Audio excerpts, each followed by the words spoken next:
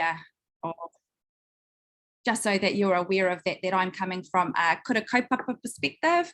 However, a lot of the skills and knowledge and learnings that you take away today will be applicable in both settings. Ne? So, our whainga mo tēnei rā. So we're going to have a look at some quality documents to assist program planning. We're going to have a look at long-term planning and real Māori program working together, looking at structured literacy as a basis for spelling, reading and writing, looking at assessment options, looking at components of quality lessons, and then we want to end our day with some winner activities and some sharing time. So just as we work through today, just keep in mind some of your activities that you've done with your students that they love, because it will be cool to share those later, and then we can take those back, add them to our kete, take them back and use them with our akonga to really enhance our program. He pātai a koutou?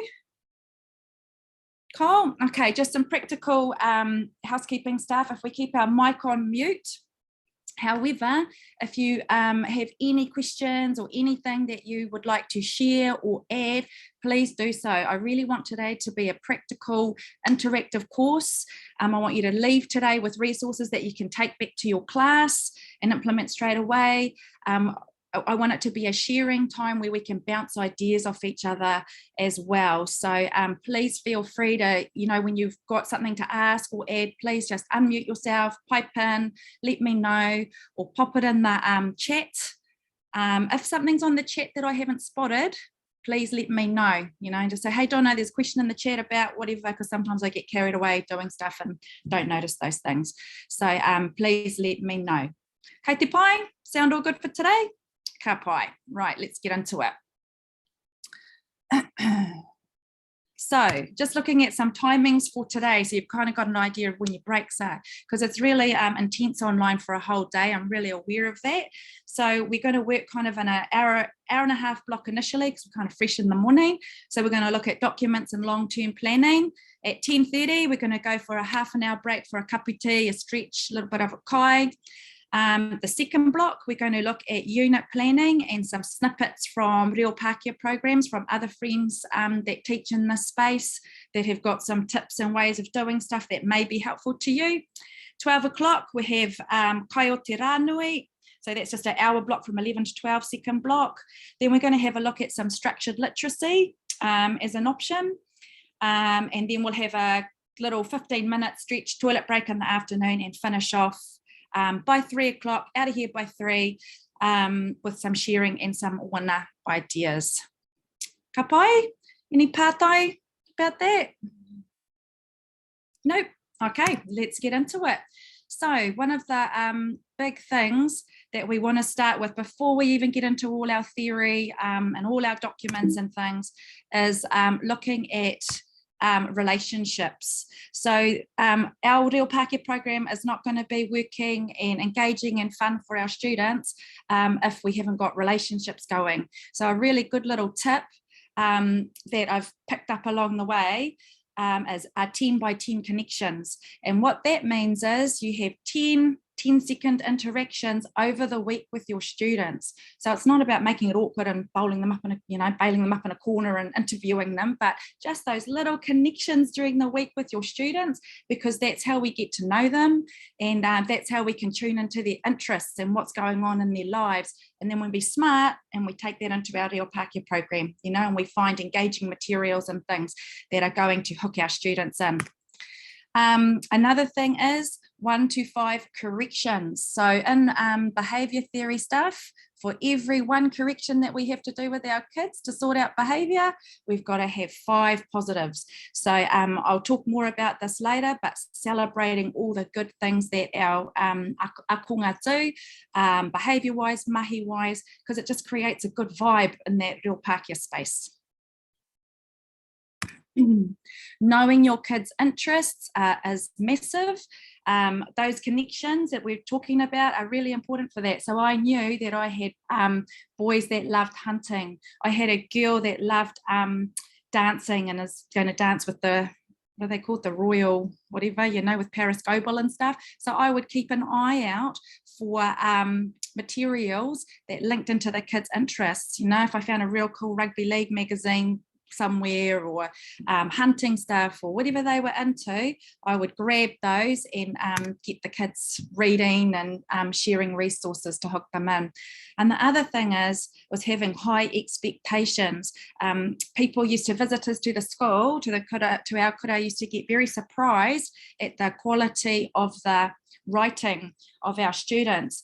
And that was because I had high expectations. I didn't go, oh, our kids, you know, speak Māori as their main language and the English is never going to be that great. So, oh, well, it was all like, our kids are going to be strong in both languages. We want them to walk tall, stand strong in both worlds. So those high expectations are really key. And when I first started the job, so for those of you that are new to it, I was like, oh man, I'd come from mainstream as well. And I was like, how am I going to approach this? Like, is this ESL stuff, English as a second language stuff? Like, what do I need to be doing here?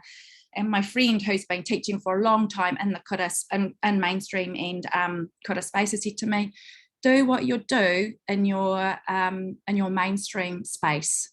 No, have those high expectations, because our kids are unique in that they come in and they all of them pretty much have a good grasp of English, right? Because everything else is English in the world. So that's a unique point in the space that we work in. We have that advantage. They come in being able to speak English. Many of them have taught themselves how to read. So that gaming that drives parents mad can have a bonus where they've picked up some reading skills and stuff along the way too. So having those high expectations, using good models of English, showing them really good quality exemplars, that will raise those expectations and keep those standards high. So as I said, we want our akonga to walk strong in both worlds. He patai a koutou, any kōrero, hei tāpiri? Oh, okay. So, one of the golden documents, who has got this document? Yeah, raise your hand if you've got this document. You've seen this document before, the Reo Pākehā one? Carl? Okay, there is a Reo Pākehā document, and yes, lots of people do not know that we have one, but we do, and it's a really good document. The name of it is Hei Korowai Tuatahi mo te Marautanga Reo Pākehā. So it focuses on the Kura Kaupapa sector, but it has lots of really great teachings in it that will work just as well in the secondary sector as well. So we'll have a little look. It looks like that. Anybody seen that? Okay, ka pai. So that's one of the documents that we're going to unpack a little bit more today. Then these books here. Has anybody seen these books before? Yeah, ka pai. So these were my 3 paipira for my Reo Pākehā program, because it's really easy to get overwhelmed with tons of resources. So for the space that I was working in, these were what I used as my foundation. So if you're looking for a good resource, these are the one. Sheena Cameron and Louise Dempsey also run workshops, constant workshops. If you follow them on Facebook, their courses are advertised constantly. So they will have how to teach kids to proofread and edit, how to run an effective reading program. You know, they break it all down. The oral language book, they go through and show you heaps of cool activities. So these are 3 resources that I really highly recommend. I use them heaps for my planning. Some other useful roimi that you may be familiar with or may not. Teachers Pay Teachers is awesome. You get on there and it will have a whole unit planned. It's quite American sometimes, but New Zealand teachers do share stuff too. But I loved it because it gave a good foundation with quite flash sheets and templates and stuff like that. So that was really good. It is in US dollars though, so just be aware of that. Like it'll be $3 US. So for different units. So just be aware of that. Teaching with a Mountain View was another really good resource that I used a lot. They have like a blog and resources and lesson plans. Same with Scholastic, and a really good New Zealand one is School Kit. Is anybody familiar with School Kit? Yeah. Okay, School Kit is well worth checking out because they have brilliant pre-planned units and resources, but you can take it in any direction that you want. And it's got New Zealand context. So I found School Kit to be a really good resource. So that's just some resources that will can add to your program and save you a bit of time in terms of planning and working smarter, you know, because we all know that we're all pretty busy. Ka pai. From there, let's have a look at the curriculum that lots of us haven't seen before. Now, I have to be honest. I do have to be honest. This was in my cupboard with like a thick layer of dust on it prior to this workshop. The reason being, because when I did my planning, all the objectives from here were on my online unit planner. So I never really went and looked in this, but it is an excellent document. It unpacks all the parts of a quality Reo Pākehā program. So, and it's also, you know how sometimes curriculums are like really text heavy and heaps of pages and you're glazing out, you try and read it before you go to sleep at night and then before you know it, you're falling asleep. This isn't like that. It's quite a nice, easy, user-friendly document, and it has questions that we ask like, well, what is teaching for transfer and what's a Kaupai? It actually has those questions and answers them. So I really recommend you get into that. So how it works is this. It's got 3 Kaupai, stage 1, 2, and 3 that our students come in at, and it's got characteristics for that. So we can go, oh yeah, straight away with a number of sources, we can go, oh yeah, that student's Kaupai 1, 2, 3, and we'll talk about that more. From there, it is divided into 3 whenua, 3 strands. So we've got awaha, a tā, and a tinana.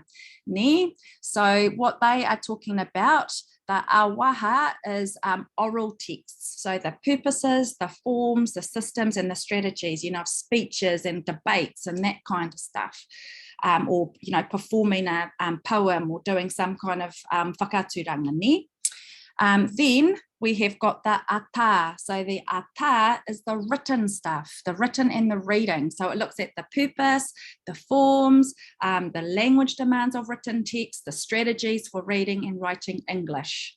The last one is atinana. And this is not explicitly oral or written language, but it's still really important because it carries meanings and it's important to master to be competent users of Reo Pākehā. So it includes stuff like your gestures, your expressions, your physical appearance, your stance, your space, your eye movements, which of course links in really well to our things that we do in our Kaupapa Māori space as well.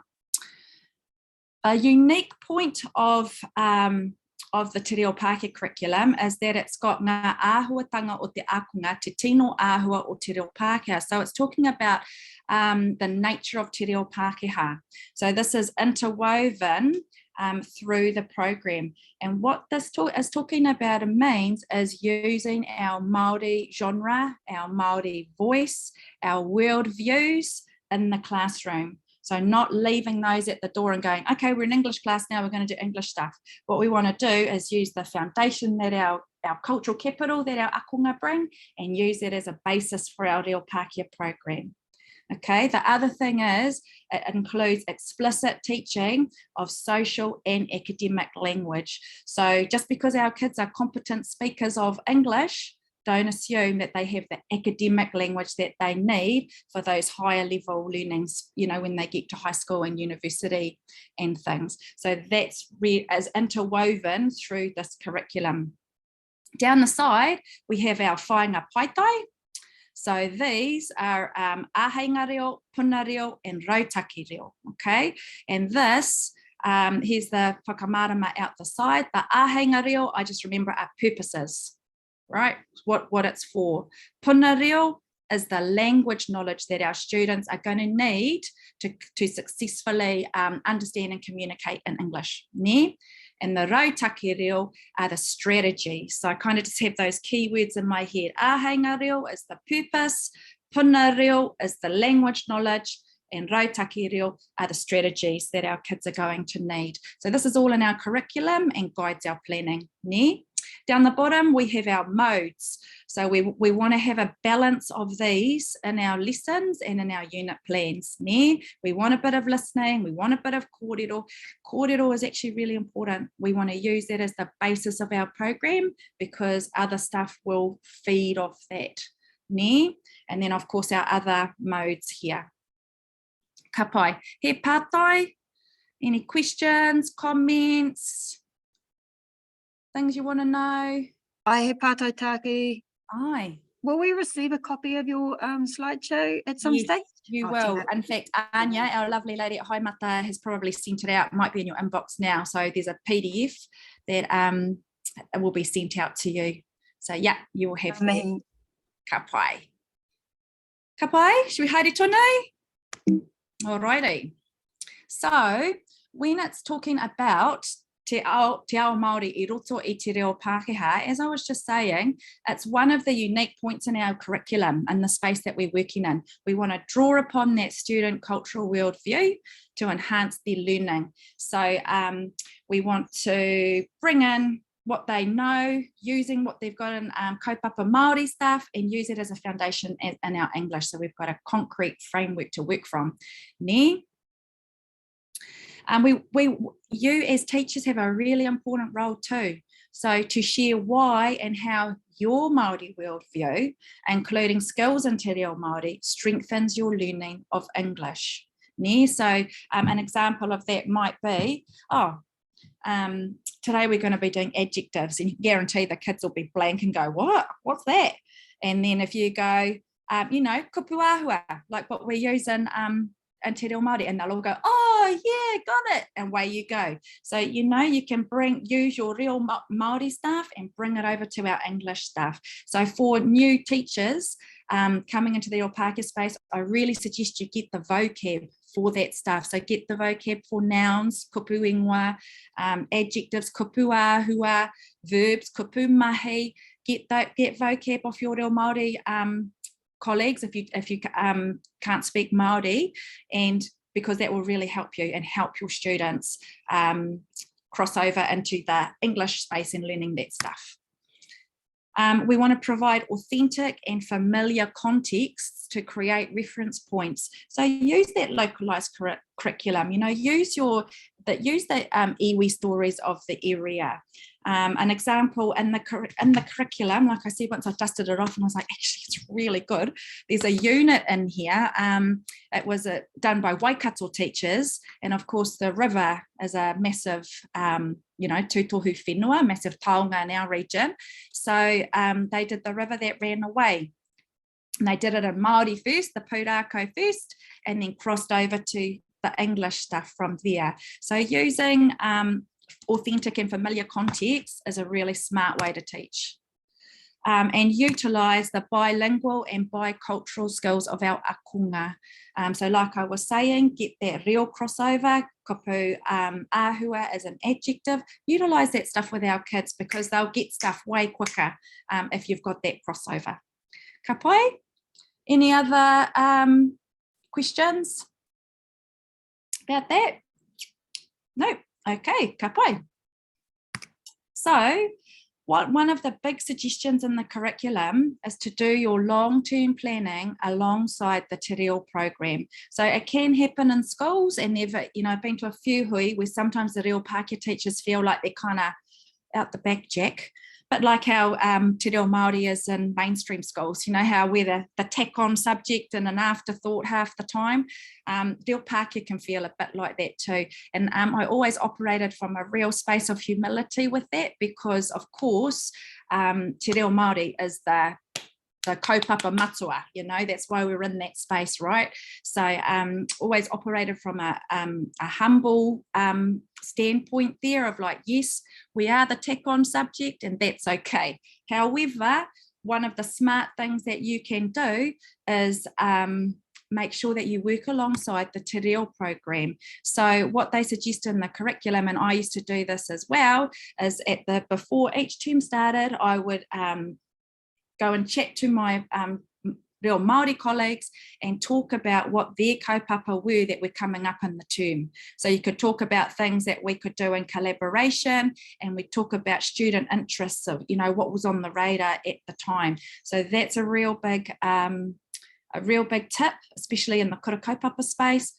Try and align your mahi with the reo Māori teachers. Build upon the skills developed in te reo Māori. So a lot of you have been teaching in this space for a while. You'll probably notice the kids will go, oh, that's like what we do in te reo Māori when we wrote our instructions. That's the same thing. So they can see the crossover between the mahi that they're doing in their reo Māori program and their English program.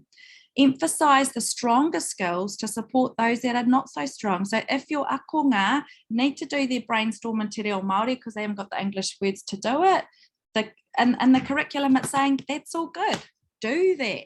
And same in the reo Māori space actually. They really suggest if kids haven't got the words that they need, do it in their strongest language and then transfer it back later. Support them, scaffold them to transfer it back to the language that we're focusing on. Consider the unique identity of local iwi and to affirm that in the Reo Pākehā program. So use that localised curriculum, like I was saying with this one, how they did the river that ran away. Look at your localised curriculum, your local area. What could you use to build your Reo Pākehā program on around that? And plan a shared theme or text purpose with the te reo Māori kaiako.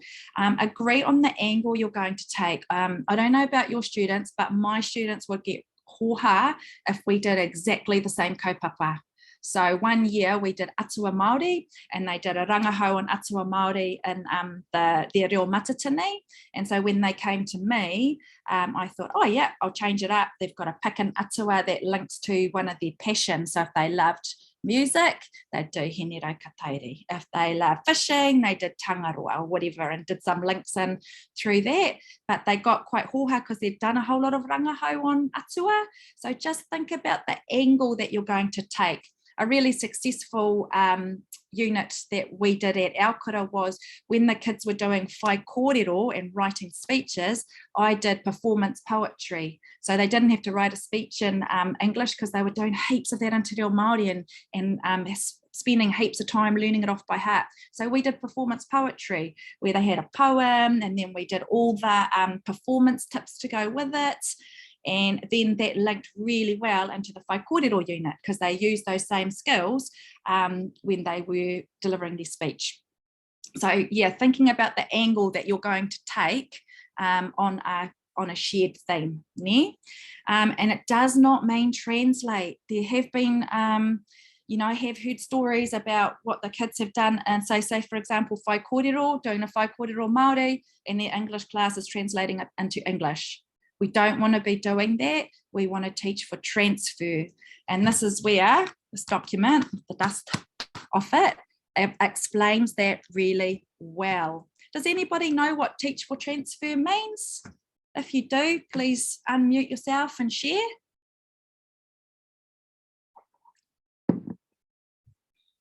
Carl? Any he pātai? Please jump in, ask any questions. Does anybody do this? Does anybody already work with kaiako reo Māori? Does anybody do that already? Raise your hand if you do. Oh, kia ora. It's not so much that I kind of do work alongside the kaiako reo Māori, but it was because I was the kaiako reo Māori. Yes. I have, I realised where you can transfer the skills, skill set. Which made me, I hadn't really done it before this year, honestly, which then I realised, I need to work more closely. We need to work more closely together to you're teaching. It's maybe not the same content, but at least the skill set are all transferable. Yeah. And letting the kids know that this, what I'm teaching you in here, you can use over there for this. Yeah, But that great. was because I had knowledge of what they do on the other side. Yes, Yeah. yes. Ka pai. Tēnā koe, Nikki. Yeah, that's a really good point to share, that to the kids, that you can use this, use these skills in your Reo Māori program as well. Ka pai. Anybody else got anything to add? Working alongside? Has anybody got an example? Courtney, did you have your hand raised? Sorry, no. About working with Reo Māori teachers? Was there a unit that you could share that you guys did kind of together? I guess I'm not sure if it works so much on Taina, engari I te rato, we made a real point of localizing what we were teaching. So for me, I taught about how with in Akaroa, if you're familiar with South Island, Te Rau Paraha came there, and the sort of like the massacre that happened there. So for me, the way I angled it was, hey, if the French actually did beat the British and the race or whatever, imagine whatever. So they did some speculative fiction around that. And then Pūtaiao, they looked at with tuna and things like that. So it all sort of fit in. And then, yeah, with Reo Māori, not necessarily the same sort of kaupapa, but we all looked at those local stories, and we found that really helped. And with your kōrero before around, you know, speeches like, say, when it's mana kōrero, I found really this year, it was he momo wā, mena, if you're wanting them to both be writing a speech in both reo. So I completely agree with the idea of, you're still learning the skills or whatever, developing those, but changing up how you do it. So yeah. But we're really lucky, I guess, in the sense that we all share the same tari, and we're all like in everyone's space anyway. So yeah, we kind of have to share or talk to each other with what we're doing. Yeah, right. Yeah. Ka pai, tēnā koe, Courtney. Cool. Anybody else got anything to add to that? Cool. Okay. So we're just talking about what this transfer stuff means, and it's not translate. So again, in our curriculum, it actually tells us what this transfer practice looks like. So study the same topics using similar processes and strategies, exactly what Courtney was just talking about, and that example I gave you with the whai kōrero and the performance poetry. So adding a different angle to it. And there, it is all good for our kids to develop their ideas in a stronger language and then work collaboratively with us towards expression of ideas in the less proficient language. So I used to have kids say to me, "Whai, can I write it into Reo Māori?" And I'd be like, yeah, just get your ideas down. That's the main thing. And then we'll go back and we'll suss out what words you need for that. Okay, so that's transfer practice. It is not translating. Okay, and going, okay, cool, English program today, you're going to translate your instructions that you wrote into Reo Māori. Okay, we're looking for an angle on the kaupapa, and our kids can use their stronger language to develop their ideas. Ka pai?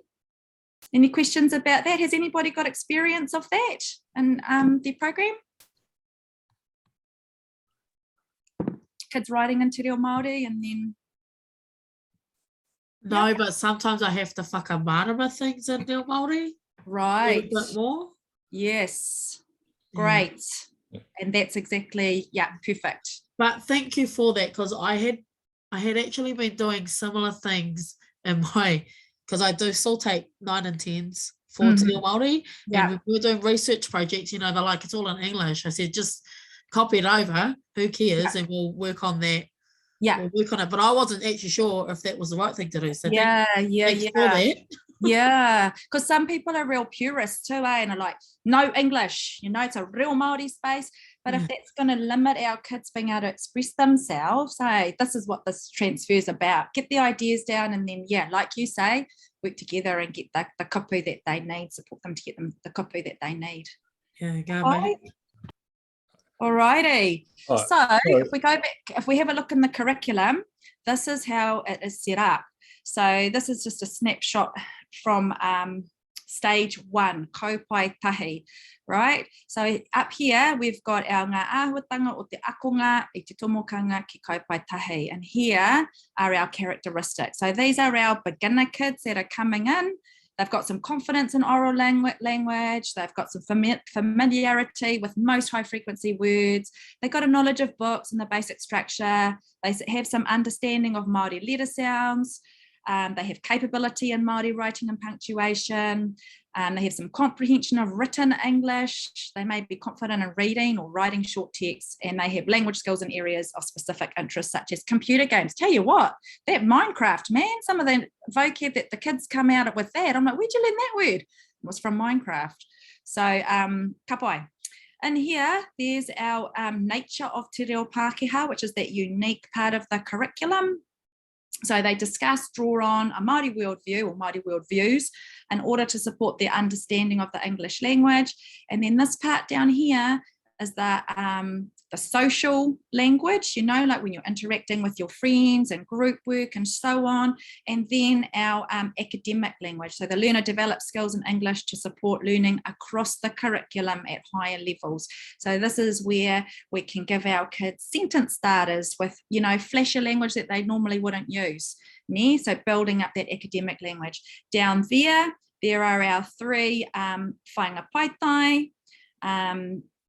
So there's our āheinga reo, and that's divided into our waha, so that's their oral stuff, oral text purposes, a tā, written and reading text purposes, and a tinana, that body language type stuff. So that's how the curriculum is organised. There's an example of kaupai rua. So of course, the characteristics pick up a little bit more. We've got communicate info competently, a large bank of vocab, basic grammar, confidence to attempt more complex structures, reading for meaning, enjoys reading, confidence to experiment with language when speaking or writing, and ability to develop and organise ideas in written language. So it's that little step up in skills. Again, there's our nature of te reo Pākehā with the Māori worldviews and our social and academic language. And then just a snippet here with the āheinga reo, our purposes, divided into our 3 strands. Yeah. And then there's our kaupai toru, which again is a step up. So now we've got really confident kids with English. So they're comfortable with speaking English. They've got academic vocabulary. So they know language devices such as figurative language and metaphors. They're confident in reading English with a range of strategies, good grammatical knowledge, can think critically about audience purpose and all that kind of stuff. So it's really up to that higher level now before they're heading off to high school. Yeah. Then in the curriculum, it goes on to level 6, 7, and 8 for our people that are teaching NCEA stuff. All right. Ka pai, any questions about that setup on the curriculum? Do you feel like that's a massive gap? A massive gap between Kaupai 3 and level 6? Or do you think it's sufficient? Well, to be honest, I've never really worked with Kaupai 6 because I've worked in the Kura Kaupapa space. So I've just worked on the stage 1, 2, and 3. But that's a really good question. Who's familiar? Are people familiar with the stage 6, the level 6 stuff? Because you guys working in the NCA space will have more of an idea around that. So that'll be we can do it, put that on the to-do list, check out that stage 6 transition. Bye, thanks for that question, Nikki. All righty, so ko te whia te kaupai tika. So how do you know which kaupai to put the students in? So again, in the curriculum, it tells you, this is why it's such a good document. And I actually wish I dug it out more when I was actually teaching in this space, because it would have really helped my Reo Pākehā program. Kia no, you guys have got the bonus of being exposed to it today. So the learner characteristics are a general guide only. Some of the ways that we can decide what kaupai to put them in, of course, is your overall teacher judgment. And so to do that, looking at student achievement data, we're going to talk about some assessments later, observing, having chats to the children, listening in on their language, seeing how they're going in group work, seeing how they're going with their reading and writing, conversing with them, you know, you can get a really good gauge of, you're like, oh yeah, they've got really good oral language, and then checking up with their bookwork and their assessments to see if it all matches up, because sometimes kids are very articulate and then their written stuff doesn't match up, so making sure that you've got that multiple sources to make your overall teacher judgment. Looking at, so if you look at page 14 of the maro, when you get one of those, it is in there. So that's going to help you decide which kaupai your students are in. He patai? Patai a koutou? Cool. Okay, so this is where we now have a look at the principles of an effective program. So what do you think makes an effective program? So I'm going to put you into some breakout rooms. And I would like you, when you get in there, to have a chat about what do you think makes an effective Reo Pākehā program. Okay, we'll just have a chat for a couple of minutes, have a hello, and then we'll come back together. Ka pai? Everybody clear what we're doing? So what do you think makes an effective Reo Pākehā program? And there are 7 principles. So we'll see how we go.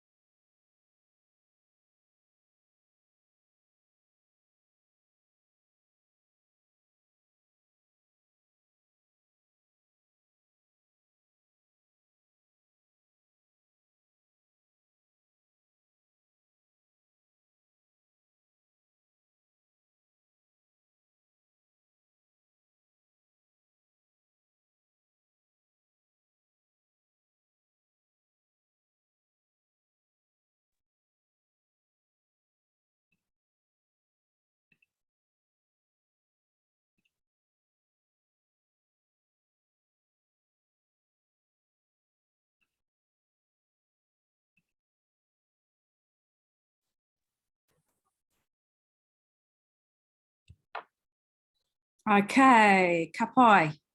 Everybody back? Nope. Oh, we were the fast ones, eh? Okay.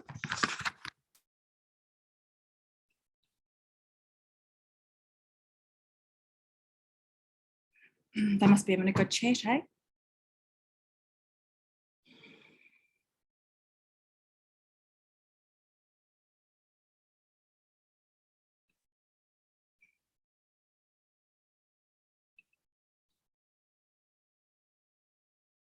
Yeah, cool.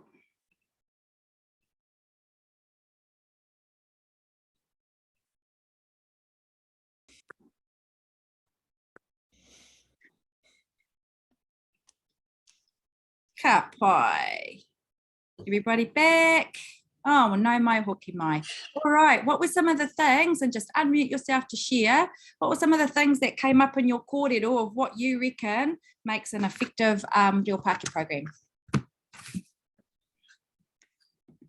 We didn't really get to much of the yarn. We just had a yarn about kind of with each other first. But I think maybe one of the shared ideas that would go into effective planning would be to have a whāinga.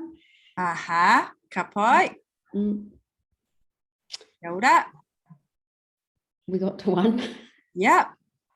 Who can add to that? We had engaging and interesting, because obviously if we don't even want to do it, they're not going to want to do it. So Yeah. that was an important thing for us. Kia ora. Defining success so that they know what we're looking for, and it's not just high in the sky. What else did we have? Yep. Success criteria, eh? Ka pai. Yep. The transference of skills, that's really important. Mm-hmm. Achievable goals, not so far ahead that you can't reach them, but not so easy that Yeah. yeah. Great. I think Great. we got. Tina koe Nelly. Anybody else got anything to add that hasn't been mentioned? No? Okay, let's have a look. So I'm trying something new here, okay, you guys? So I'm sure you guys will be patient and amazing. So who's familiar with Padlet? Can you raise your hand if you use Padlet with your students? Okay, awesome, awesome, awesome. So I'd heard of it, but never really used it. So Padlet is an interactive tool that you can use with your students. So what we've got here, and you can see I've discovered how to use GIFs because I've got some GIFs on there. So here we've got the 7 principles for effective planning. Okay, so if I was going to make accommodations for neurodiverse kids, I'd be pairing them up with somebody that could read, and they would be going through together and doing it as a group task. So up the top here, we have our 7 principles for effective planning. Okay, so we'll go through those. The first one is, and someone said it, you've got to have a whāinga, right? Identify the achievement objectives, including the language demands of the lesson. What are the kids, if we're going to do persuasive text, what language are the kids going to need to do a really good job of that? Second of all, know your students, their language background, their proficiency, their experiences, their worldview, which is good because you said that as well. Know your students, know their interests. Ka pai. Then from there, we've got maintain and make explicit learning outcomes, plan for differentiated instruction. So I have heard stories of kids with neurodiversity in real Pākehā programs, and they're in the corner colouring and have it because they can't read or write because it's really hard, and so the teacher's just given them some colouring or word finds or something to do. All right, so how can we plan for differentiated instruction? Begin with context embedded tasks that make the abstract concrete. And I was like, what the heck is that? So that's that foundational stuff, that cultural capital stuff that our kids bring to the classroom, and building on that to introduce new knowledge. Okay, then provide multiple opportunities for authentic language use, focusing on students using academic language. So providing those opportunities and that intro of academic language. We've got ensure a balance between receptive, listening and reading, and productive, speaking and writing language. So we don't want kids just reading and writing the whole time, or just speaking and listening the whole time, or watching stuff on YouTube the whole time, right? We want a balance of that. And then the last one is that include opportunities for monitoring and self-evaluation.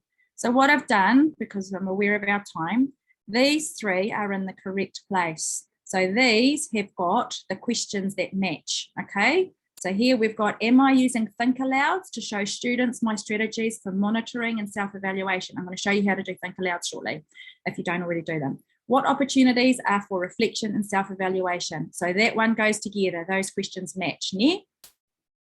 Then here we've got, are the students using both receptive, reading and listening, and productive language in this lesson? So that one matches up as well. Right, and we can talk to, if you were doing this online with your kids, you'll talk about those at Otaki. Oh yeah, I can see receptive there, and then that's talking about receptive and productive there, so they must go together. Go to the side and just scroll down. Is the language focus purposeful and meaningful? Do I make sure academic vocabulary is contextualized and that I've given the context for it and it's clear to the kids? Have I taught it explicitly and not just gone, I go and use some persuasive language and the kids don't even know what that is? And is it understood by the students? Yeah? So they are in the correct place. Over here, these first 4 are not in the correct place, or some are and some aren't. So what I'm going to do now is share in our chat. Just bear with me while I get everything sorted. Share in the chat the link, okay. Oh, there's something in the chat here. And if you copy and paste that into your browser, you will be able to get onto this Padlet, yeah, and you can drag and drop stuff, okay? So what you need to do, it's going to be collaborative and it may not be live. I'll keep refreshing our page. You just click on it, read the questions and go, oh, yeah, that's going to match with that heading there. So we're just doing the first 4, all right? The last 3 are correct. They are in the correct place. So everybody understand? Show me with your thumb if you understand what we're doing.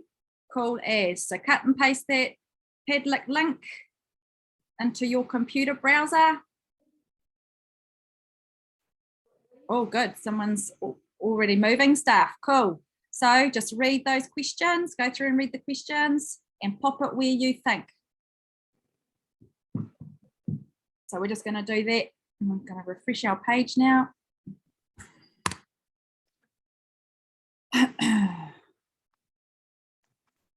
All right, just for a minute or two, drag and drop, have a little read.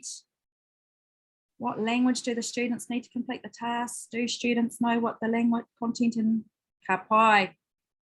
So move them around, and if you can't see yours happening, that's okay. That's because sometimes I've just got to keep refreshing the page.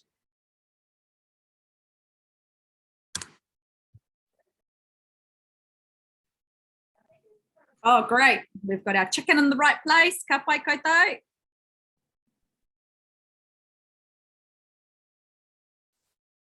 And bang on. Okay. So if we go through it, this is all in our motto as well. Identify the achievement objectives. What language do the students need to complete the task? Do students know what the content and language objectives are? Ka pai, bang on.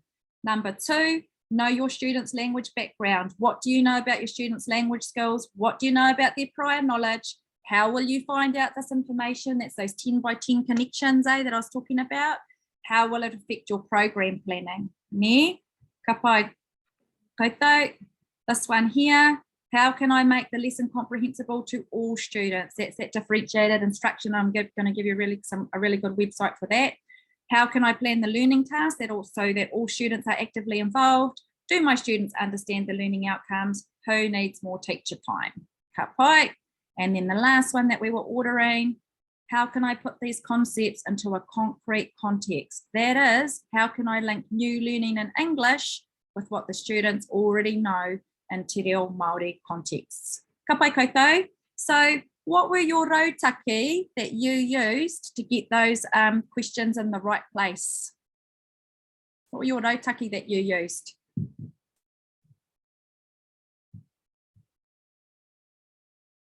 What strategies did you use? Skimming and scanning for keywords. Ka pai, awesome.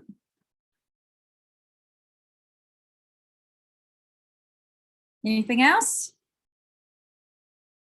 Did the picture of the concrete give you a little clue as well, where you were like, oh yeah, concrete context, chicken on the concrete, so this is stuff that we can do with our students, right? Where they can do this interactive stuff and then we differentiate it, like buddy up someone that can't read or that reading is hard with someone that can read, making sure that everybody is involved.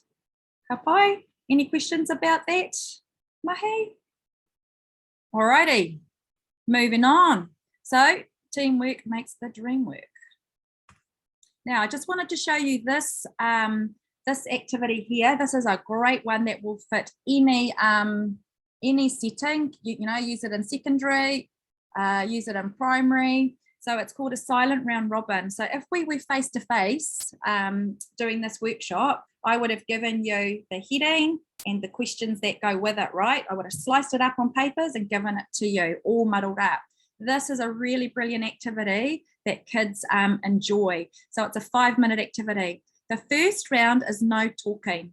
So you'd have your, so we'd have our heading and then our questions. Or say you were doing figurative language and it was that simile and then the definitions, whatever info you needed to get into them. The first minutes, so you have your timer on, is no talking. And so you just read over it, roughly match it up, buddy up your kids that are struggling readers or have them working with you. And there's no talking, right? Then on round 2, after that first minute, you set your next minute and you'll say, okay, now you can discuss, collaborate, make changes. So you're like, oh, I don't reckon that one goes with that. That's look at that one. That one says receptive and that one says receptive. I reckon those two go together or whatever. Now, 1 minute to do that. The third minute, and they can't believe their luck when they're allowed to do this, is to go and look at other groups' mahi.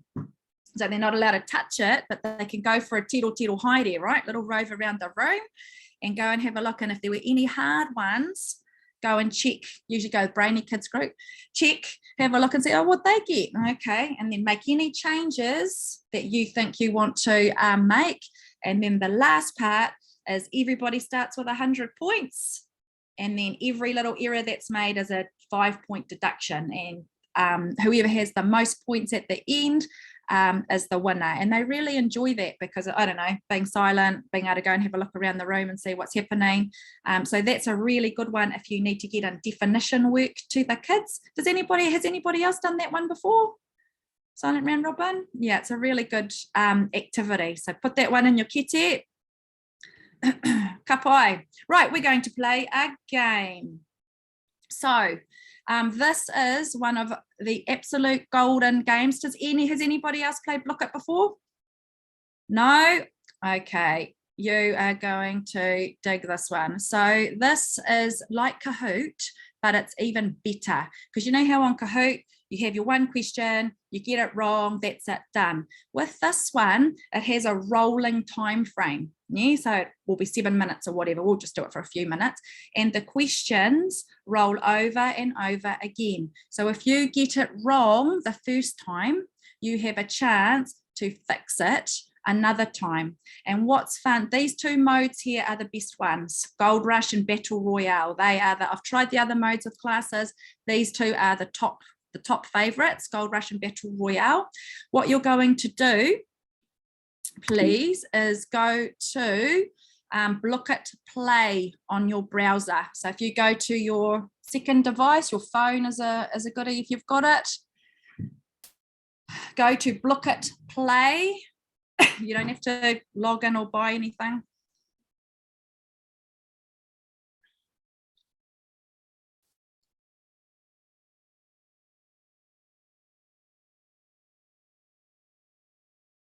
And we're going to review the stuff that we've just done. So you can create your own Blooket accounts. And it's really easy. Just do it through your Google, sign up, it's free. And then it's just like Kahoot. But so you can put in your own things. So say you were doing figurative language and you wanted to do similes and metaphors and onomatopoeia, you can put all that in. There are pre-made ones online. I never find they quite match for my kids though. I like to make my own because then it's specific. So is everybody onto the Look It Play? You're now going to put in the number.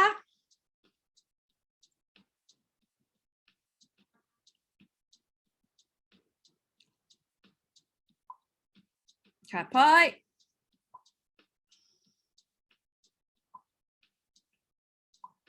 How are we going for time?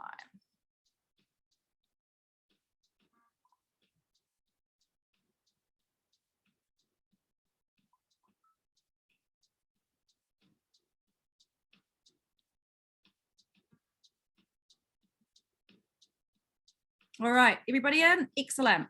So we'll get started.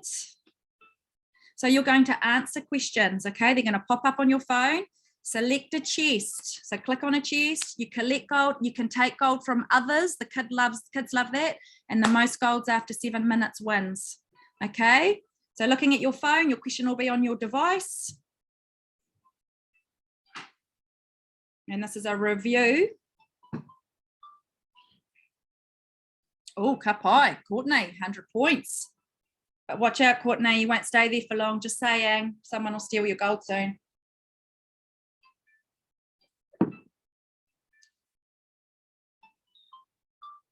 And this is great for any level, any learning that you want to get into any subject. Oh, Nelly, just swap gold with Courtney. Oh, kapai Grant, Matua Grant, climbing up. Oh, Nikki.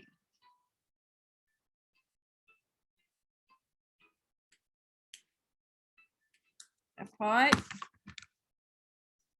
Oh, Matua Grant, someone just stole your gold.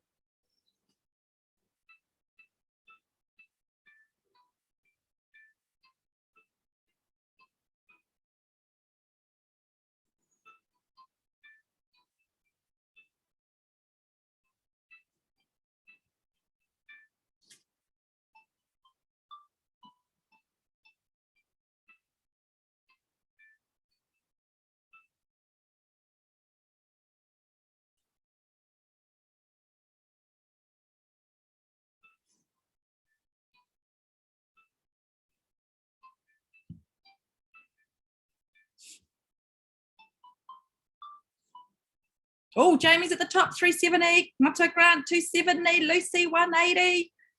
Kapai, I'm going to cut us off soon.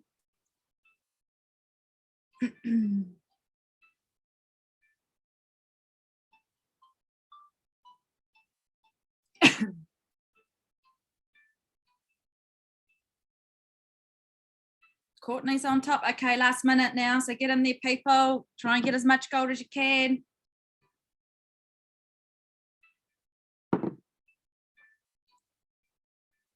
Woo! Lucy, Grant, Jamie, top 3.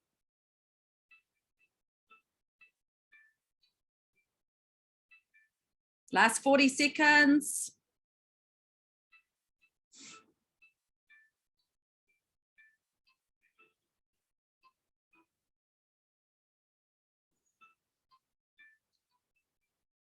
Last 26 seconds.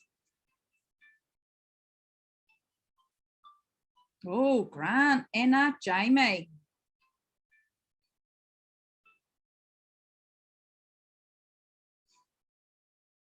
And last 9, 8, 7, 6, 5, 4, 3, 2, 1. Who have we got? Final standings. Nikki, Grant, Nelly. Whoop, whoop. So that's a fun game.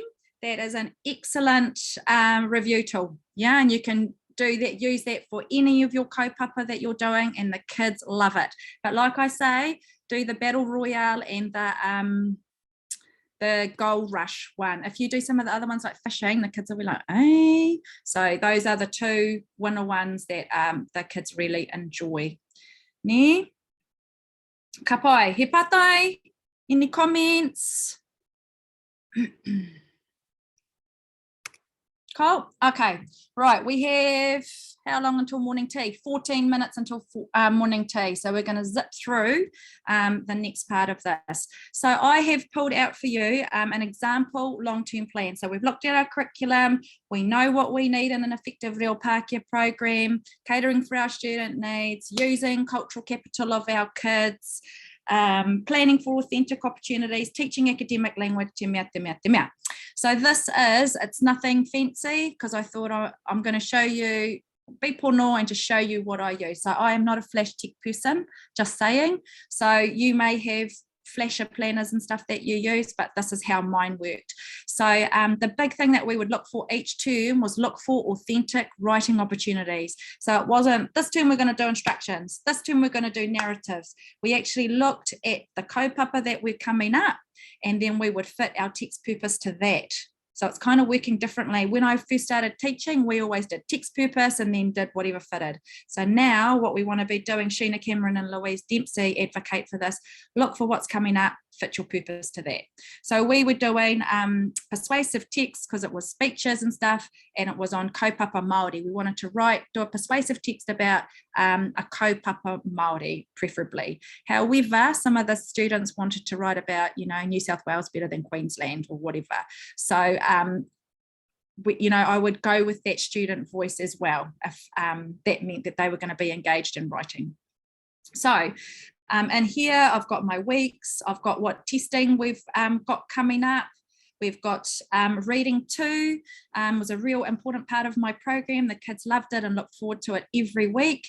A teacher that I'm working with hates reading aloud, so we're going to be using audiobooks. So if that's you, where you're like, oh, I hate reading English aloud, use an audiobook and the kids can tune in and listen that way. Yeah. We would have novel responses. To be honest, this part of the program was actually about just enjoyment of reading. So I didn't do heaps of follow-up tasks. We just read for the enjoyment of it and just to get into the plot lines and, just get lost for half an hour, however long we did it. However, this is a cool activity where you've got to find 10 magazine pictures linked to the novel, and then you make captions. So we read The Fire Raiser. Has anybody read The Fire Raiser before? No? Great book, but in it, the Fire Raiser wears a red balaclava. And so of course, the kids couldn't find a balaclava in a magazine, so they just made it out of coloured paper and then had to write a caption to go with it, like the Fire Raiser wears a red balaclava when he lights fires around the town or whatever. But that's a really cool little activity to link to a book. From there, I always have an oral language focus, as it is explicitly planned for. It's not just left to chance. I had our shared reading text that linked to our kaupapa, and our focus was making connections for this, and also synthesizing when you're looking at points of view. Yeah, so that was how that worked. From there, that oral language stuff that I was just saying is so important. We need that as the foundation of our program, get the kids talking first, and then other stuff will feed off that. Reading and writing floats on a sea of talk. Just want to emphasize your oral language is super important. And so that Sheena Cameron book, the oral language one, was key for that. Explicitly plan it in your unit. It's great for confidence because the kids have already talked about stuff before they have to go and write, and it feeds into their written work. What age? Here I looked at the writing. So our writing long-term plan, we were looking at journaling and gratitude journals for a little daily write. If you aren't on Sparklers, that is an awesome website. They do mindfulness stuff, whare tapawha stuff, and it's all in real nice worksheets, way flashier than what I could make, but really, really good activities, and start with a tikanga Māori point of view as well. So I really recommend them.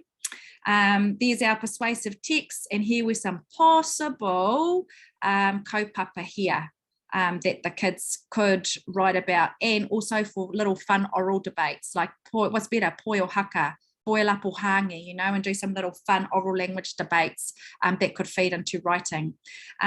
Here, editing skills are explicitly taught, because too many teachers go, okay, go and fix up your spelling and punctuation. Well, the kids are over it and are like, I don't even know where to start, can't be bothered. So we have to, or I don't even know what you mean by punctuation other than full stops, and I don't even know where they go. So we need to explicitly teach editing. And Sheena Cameron and Louise Dempsey run a course on this. It is excellent. So there's the proofreading and editing skills that we were going to be looking at. And when we're doing our writing, this is always on our radar, the purpose, why am I writing this, and the audience, who am I writing for? Yeah, we really want to get that onto our kids' radar when they're doing their mahi. Then I put in my spelling program. So this is off Ideal, and I'm going to talk to you more about that really soon. Structured literacy stuff. So I was at this point here. Week 1, we were going to focus on Shelby the Shih Tzu. That's a sh blend, Chester the chimpanzee, Theo the panther, and so on. So I would just do a screenshot of that into my planning, and that showed me what concept I was going to be working on. Now, I also had booster group sessions that worked for 3 half-hour sessions a week. So these were the kids that were very low on reading and writing, really hard for them, dyslexic indicators. They were in this group. And I don't know about the rest of you, but have you got more of these neurodiverse kids coming through? Like when I started 10 years ago, I would have 1 or 2. My group last year, I had 9 kids in that group with obvious dyslexic indicators. Now, we hadn't been out and got an official diagnosis for them, but all of their work and from my reading and knowledge showed that they fitted that. So rather than waiting around for an assessment, we just got straight into booster group mahi and addressed that. So that was an example of the spelling long-term plan. Here, sorry about that, I couldn't get the visual really clear, but this is the same thing, screenshotted in. What's great is for my booster group on this ideal platform that I'll show you, everybody's got those ministry texts, say the decodable texts with kākano and tipu and all those levels. Has everybody received those? Yeah? No?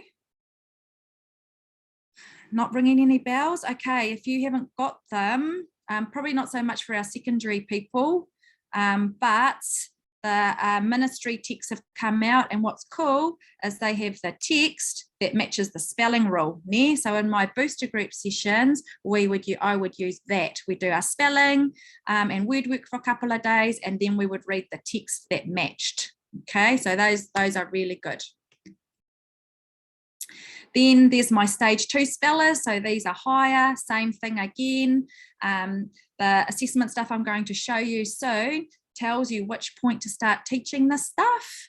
So here we were working on double the consonant and then all of these other rules here. And I was like, what the heck, schwa? It tells you. It's like, you know, in the word tractor, how tractor is a spelling, but it's tractor is the sound. That's what schwa is. So it explains it all in this resource I'm going to show you. So also in the spelling program, they had irregular words. Now we need to really be explicitly doing spelling lists with our students because it feeds into everything, into writing, reading.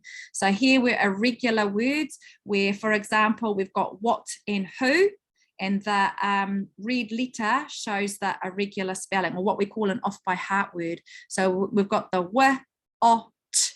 That A does not match the O sound, does it? So that's an off by heart word that we need to remember. Yeah? So there's my concept there that we were teaching and putting into our spelling list that week, our irregular words. Please ask questions and jump in if you have anything that you want to know. Everybody okay? Yeah? All right. So from there, the spelling long-term plan and that ideal stuff that I was just talking about, I won't open up the link because I'm really aware of our time. That's the long-term plan there with the concepts down the side, the text, everything. So that was really key for my planning that I used last year, and we're going to go into this in more detail really soon. Then there was the issue, to be or not to be, homework. Do we do it? Don't we do it? Can everybody just give a show of hands who sets homework for their students? No? Okay, kapai. So that was kind of the verdict that that I came to last year as well. When I started teaching 10 years ago, most of the students did their homework and not many did it, and only a few didn't. By the end of my decade in teaching Kura Kaupapa, most of the students weren't doing it and only a few were doing it.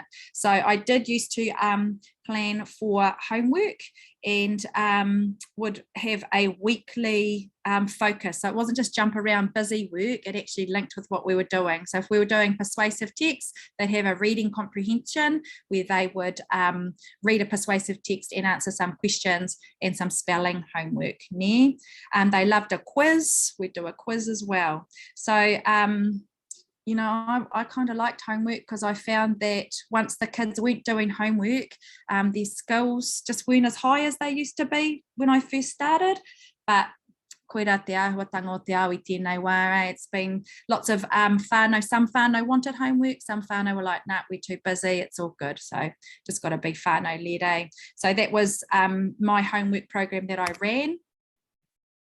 And we ran rewards as well. So, you know, bribery and corruption, whatever it takes to get it done. So we had a homework board, and the kids enjoyed this. So if they had done their homework, I didn't keep anybody in that hadn't done their homework or anything like that. We just rewarded the kids that had done their homework, or most of their homework.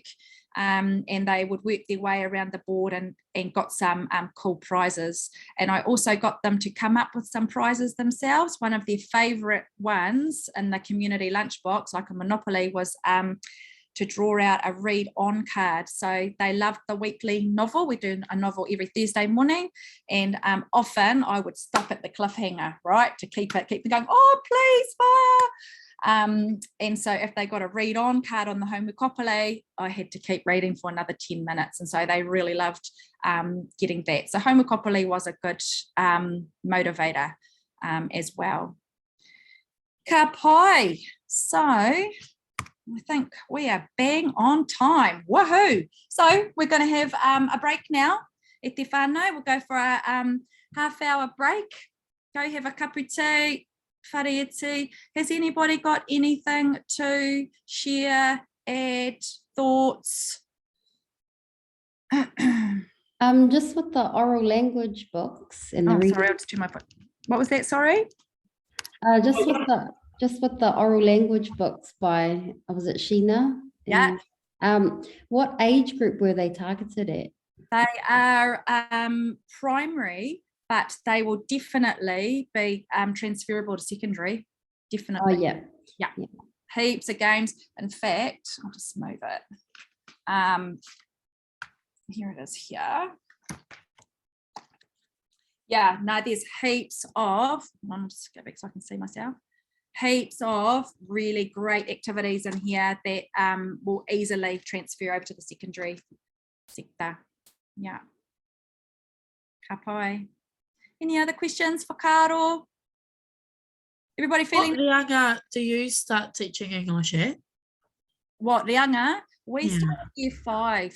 So we go for, get all their reo Māori stuff down until year 4. You know, so they get really solid in all their reo Māori strategies, and then they start in year 5. That's a good point. Who else? Who starts when? I know at some of the schools in the Waikato, they start at year 4. Some of them start at year 6. When's everybody else starting their reo Pākehā programs? Tauwhatu. Tauwhatu. Wow. Yeah. Tauiwa as well, yeah. Tauiwa. Wow. So that's a big ask, isn't it, to get our kids up to high school level staff when they're only coming in year 9. So that could be something that you might want to be talking about with school management. We've found year 5 works really well, and all of our kids, you know, our neurodiverse kids, obviously it's hard in both languages, but our kids that then go on to local whare kura, we always get good reports back about the level of their reo Pākehā. So that's probably I mean, they would have had 4 years on the kids that are starting in year 9. I find, and it might be also due to our smaller numbers, that our year 13s have always still passed UE English regardless. Right. But yeah, I know what you're saying. Yeah. But it also might just because our numbers might be smaller, that might be the case. You can cater to them. Yeah. True. And the research does show if they have a really good grasp on their on one language, they have a massive acceleration in the other language. So maybe that's happening at high school level. Yeah. Ka pai. Anyway, that's us. Go have a break, and I'll meet you back here at 11 o'clock. Yeah? Okay. Ka pai. Hei kona.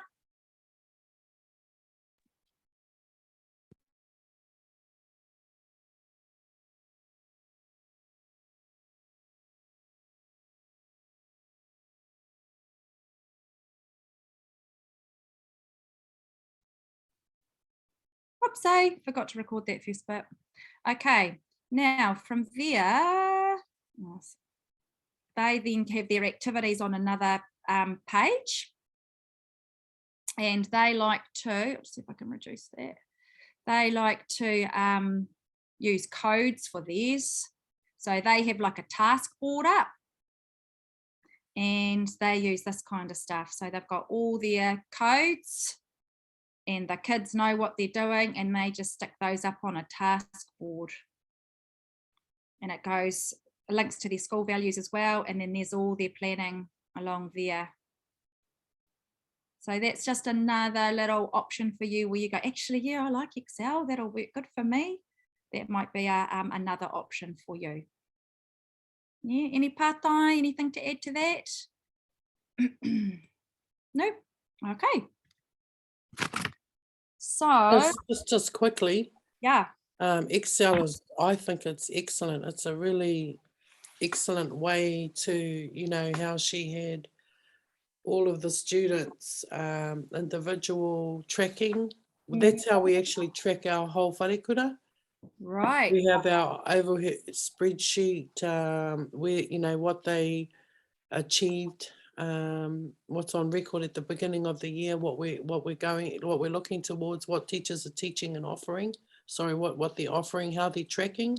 And then out underneath that, we've got individual IEPs. Well, we could because we've got a small school, so I mean, you know, different for but I just, I'm a really good, I'm a really strong supporter of the Excel because you can create all of those documents in one space, in one area. Yeah, that's what my mates, yeah, from your planning, your overviews right through, it flows.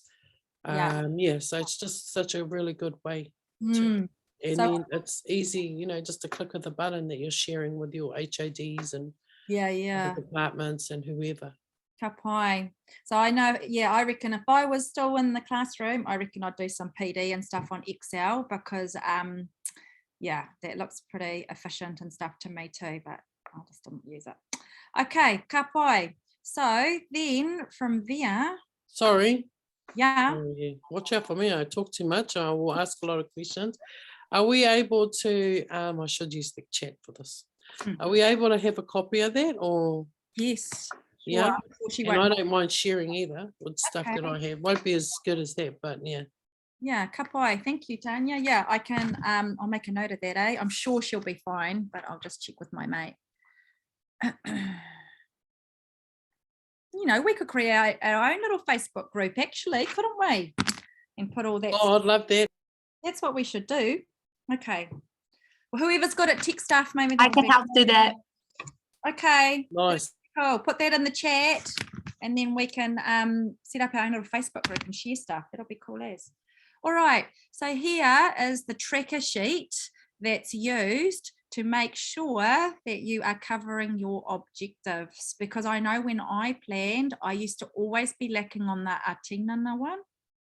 It was good when we did our performance poetry unit, that was covered good then, but then I wouldn't do heaps of it. So this will help keep you. So in term 3, these were covered, in term 1, these were covered in 2022. And so then that gives you, when you go to do your 2023 planning, you can be having a look and going, okay, what objectives need covering? We need to pop that in the unit. Yeah. So I can share a copy of that with you as well, if that is helpful. Ka pai. Questions? Pātai? Nope. Okay. All right. So here was what a typical week looks like in my class, especially for you, for those of you that are new in the space. Every Tuesday, I'd have 3 1-hour classes. And so every Tuesday we do our spelling and our homework and get set up. Every Wednesday was our text work. So whether it was looking at an exemplar, doing some quick writes and skills work, getting into our writing of our kaupapa. That was Wednesday, was always a good solid lesson on that. And then Thursday was our class novel day, which the kids always looked forward to because they'd want to hear what's happening in the story. And we'll share some winner novels soon. So more text work and just sharing and celebrating. Every lesson apart from a Tuesday, because that was always busy, there'd be some sort of a game and brain break and stuff in there too. And we'll talk about that soon too. Ka pai, here's another timetable option. So I had 3 1-hour sessions a week. This was a timetable from my mate that shared that Excel planner. So she was saying that the kids have 2 double periods a week, and they pretty much have 50 minutes each in those periods. So they would have 2 double periods and 1 single period. So they'd all receive the same amount of time. So I don't know how much flexibility you've got around your timetables, but we found, my experienced friends in Reo Pākehā and myself have found, when we did big chunks, less times a week, if kids were away for whatever reason, they could go 2 weeks, 3 weeks without a lesson. And we find that little and often is better. Doing shorter lessons more works better for our kids, that they were, you know, if they're away, at least they can come back and they're still going to get some lessons rather than missing the boat for another week. Yeah, so that's just something to think about too. I know that secondaries are really locked into timetables, but you know, e whakaaro. So a typical daily lesson plan, remembering that we're wanting to balance up our modes. We don't just want the kids doing speaking all the time or reading and writing all the time. We want to balance our modes up. So is anybody doing mindfulness in their classes? Can you show me with your thumbs if you're doing mindfulness? No, okay, kinda, no, okay. So mindfulness was a really good addition, a really good settling technique used at the start of classes. Remember I told you about that Sparklers website before, SPARKLERS, Sparklers. If you get on that, if you're thinking, oh yeah, that'll be good, actually change it up. They have lesson plans, cool as resources. Like one of the activities was a listening to music one, and it had a really good vocab list of mood words. And the kids, you put on a piece of music, like a piece of heavy metal, and the kids had to just listen to it and then write down the words that how they felt when they listened to it, and then put a classical one on and they listen to it and write down the words. So you're still getting that, you know, that English and vocab stuff in, but you're settling them and just doing something, you know, just keeping it fresh. I'm all about keeping it fresh, changing it up. So we would start maybe with a mindfulness, a reading to, a silent reading that, activity that Sheena Cameron gave was, you know how sometimes you're just silent reading and the kids spend the whole time changing their books or, you know, flicking through, not really doing it. You've got the question of where in the world are you? And so they've got to tell you after the 5 minutes or whatever, where in the world are you? Oh yeah, I'm at Hogwarts and I'm about to have a game of Quidditch, you know? So they, I'm in the jungle and I'm going on a mission to find a whatever. So where in the world are you was a good one to keep them focused for their reading. A free write was good, and I'll talk to you about that really shortly when I share a snippet from my program. But giving kaupapa, so that those kids that are like, I don't know what to write about for you, you know, you've got a whole lot of sparks and stuff up there to give them something to write about. A puzzle, they used to love coming in and cracking a code, like I'd put a Morse code up or some kind of puzzle up. Again, in the Sheena Cameron books, they've got lots of like little challenges where, like Scrabble kind of challenges where letters are given values and they've got to make the highest value word, you know, just little things like that. Just keep it fresh and fun.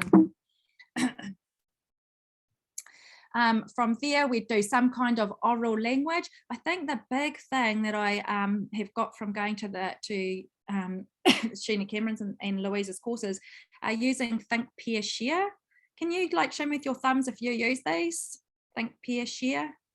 Yeah, ka pai. That's the one, eh? So it's getting away from kids just having to put their hands up to answer a question, because you've always got your brainy fast kids that are going to dominate the conversation. So Think, Pair, Share, if you haven't done it, is you give a kaupapa, what do you think is going to happen next? You know, say you're reading aloud, and then they talk to their partner about it. So everybody's had a chance to have a kōrero, not just the fast, brainy, articulate kids. And then they share back, you know, what their whakaaro were. So that, I think Pair Share is a winner. I use it heaps. Then we might have a look at an exemplar, so finding the features, or doing a quick write where I'm going, oh man, I can see these run-on sentences happening. Do you guys do that? Where they go, write a sentence, comma, write a sentence, comma, write a sentence, comma, and there's no full stops. So, you know, I might go and target that skill and show them how to, you know, identify a sentence and where to put your full stop. So that might be a quick write. Those are in the Sheena Cameron book. And a brain break, that's one of the highlights of my kids' classes, was the brain breaks and getting to go outside and run around and play a game or do something active, and they're learning at the same time, which is a bonus. And then, of course, we'd wrap up our lesson, a 3-2-1 reflection, which I'll show you later on a Padlet. Doing a think, pair, share of what they've learned today or whatever. So that's just kind of a typical lesson with a balance of the modes. Ne? Patai, kōrero. All right, are people familiar with 5-finger breathing? Can you show me really quickly if you're like, yep, I know what 5-finger breathing is? Kapai, Alex knows. Okay, cool. Well, that's always a bonus when I was like, oh, if they know this, we'll just skip on. So 5-finger breathing is a mindfulness activity. And I was super stoked because we have done this in class. Lots will come in and do it quietly. When one of my students said, fire, when I'm at Wakama and I'm like real nervous before a race, I do this. Or she'd do square breathing, which I'll show you as well. So, you know, when kids are taking these techniques outside of class to, you know, kia tau te Māori, awesome. So this one here, 5-finger breathing, pretty much you get the kids sitting quietly in their chairs and you get their hand and they've got to shut their eyes. So we'll all do it. So hold your hand out. And what we're going to do, I'll just explain it, is we're going to go up our thumb. We're going to hold at the top. So we breathe in, hold at the top, breathe out, out through your mouth. Breathe in, hold at the top, breathe out, kapai. So if everyone closes their eyes and we'll finish it off. So we're going to breathe in, hold at the top, breathe out, breathe in, up your finger, your ring finger, hold at the top, hold it, breathe out, pinky finger, breathe in, hold at the top, breathe out. So that's a really nice, easy little activity that we're doing. It will just calm everybody before we started. Another good one is square breathing. So the kids trace a square in the air or on the table, and it's the same principle. So you breathe up one side of the square, you breathe in, fill up your belly, hold along the top, breathe out, hold along the bottom, breathe in up the side, hold along the top, breathe out, hold along the bottom. So that's just a couple of really quick little 1-minute activities that would just calm everybody down before we started. And so Sparklers has a lot of that kind of stuff. Yeah. All right, so have you got a pen and paper? This is an example of a quick write activity. Okay, so our objective is we want to find some wow words using a thesaurus. So we talked about these words, a kupu miharo, they're using their reo matatini, and we don't want beige, boring, nondescript words, right? We want some interesting words. So I'd get the kids to go to kidthesaurus.com and I'd say to them, right, we've got the group was angry. Look at the picture here, the group was angry, they're protesting. So what I want you to do is upgrade group and angry. For example, the crowd was furious. Yeah? So see, I'm going to give you 1 minute now to see if you can find as many interesting words as you can for group and angry. If you finish early, you could go on to the extra for experts. The group shouted. Okay, so use a thesaurus. And that I found this was really good because the kids would automatically do this when they were writing. Use a thesaurus, find out some better words for group and angry. Upgrade those two, okay? I'll give you 1 minute, go, and then we'll come back together.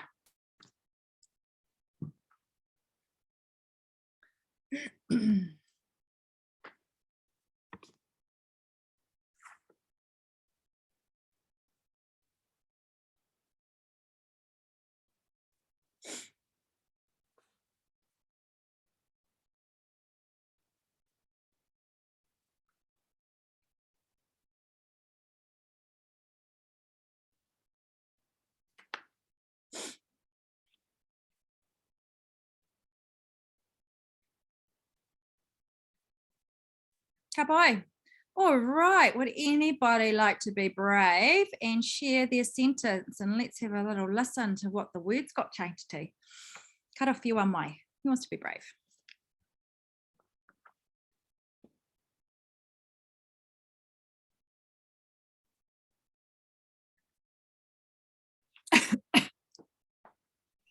The collective was ropeable. Oh, awesome. The collective was ropeable. Awesome. Wow words. Excellent. Anybody else got anything to add?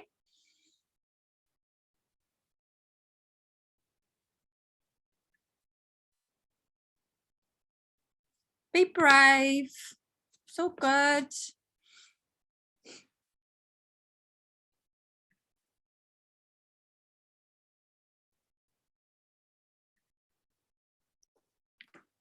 Anybody else?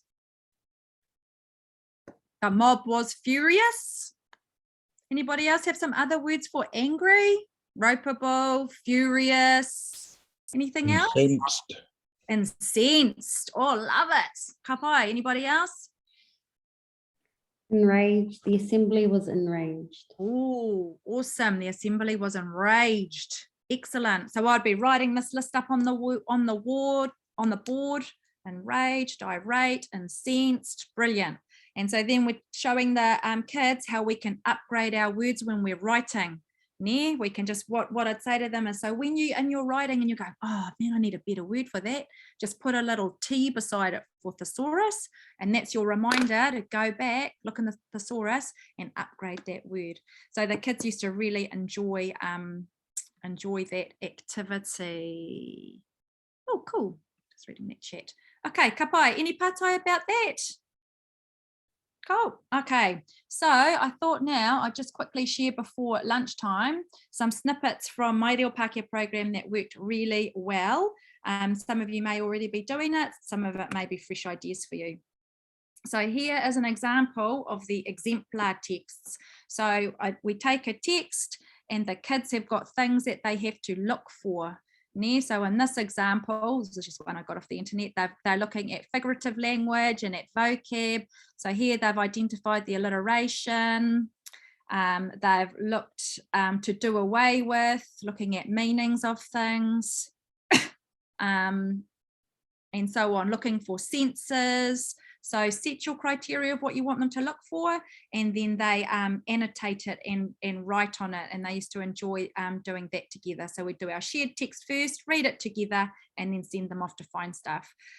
They also love doing sticky notes. So you have a code like that down there with the meanings out the side, and they would read a text, pop their sticky notes on it, and then I'd get them to do a peer work with it. Oh, what was I found this part funny. This was confusing. I didn't understand it. Their buddy might be able to explain it. And then to share some of those at the end. So those were really good intros before we wrote. Here's an example of the quick write where we're upgrading a sentence. So this is straight out of the writing book. Yeah? And what they say here is you might just want to publish a super sentence. You don't always have to publish a whole big body of text. You might just take their super sentence, their winner sentence, and publish that and get those up and about. Student choice was really key. So like I said, when we did performance poetry, it's a cool as unit to do when they're doing the whai kōrero, excuse me, in real Māori, being able to choose their own poems. And there was just such a massive range of them, and they were excellent. That really connected to the students' interests. Same with the atua, being able to choose what they want to research and do. I've been to schools where everybody's written a report on a turtle. And I'm like, well, what if you're not into turtles? You know, you've still got to do it. So giving that student choice. Now this free write activity is our winner.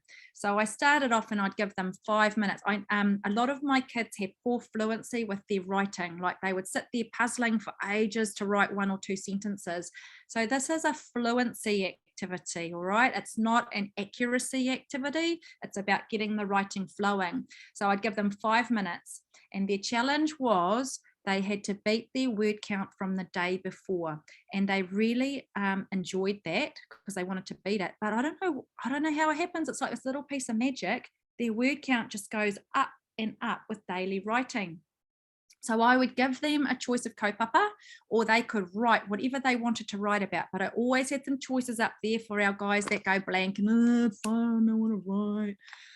Have that up there. They would have that time, and then they would count every single word they wrote, write the title down and put it on a bar graph. And then the next day they would do another kaupapa, same process, put it on a bar graph. And so they really enjoyed seeing the growth in their work.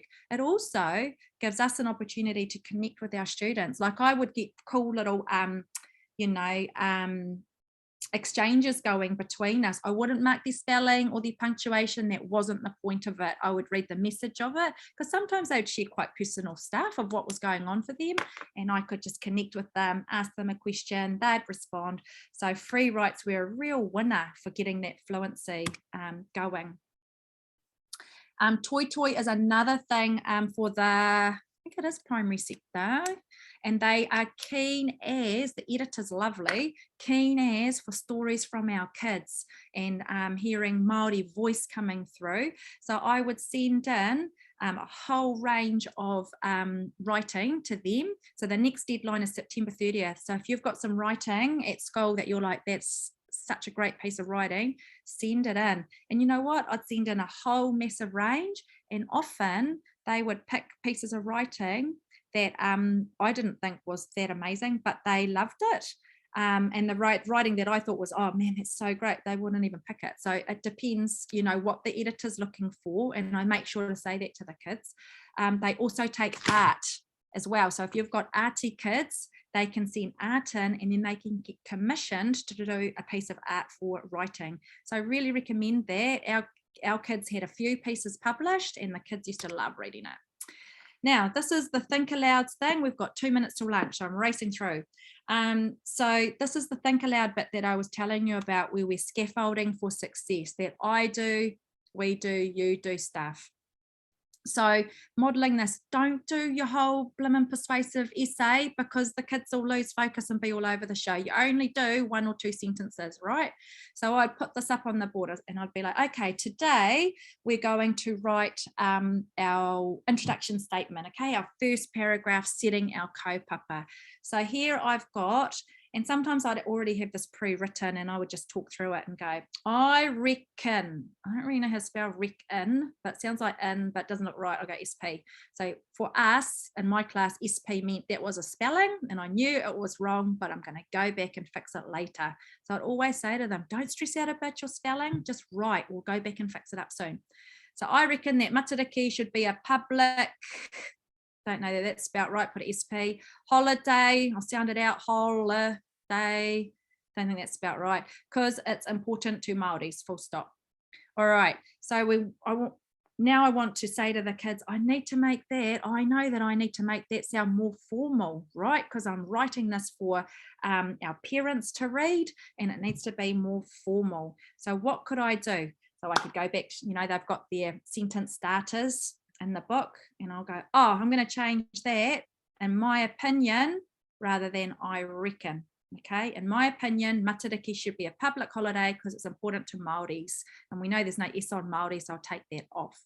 Ka pai, I'm now going to go back and check my 3 spellings and upgrade it.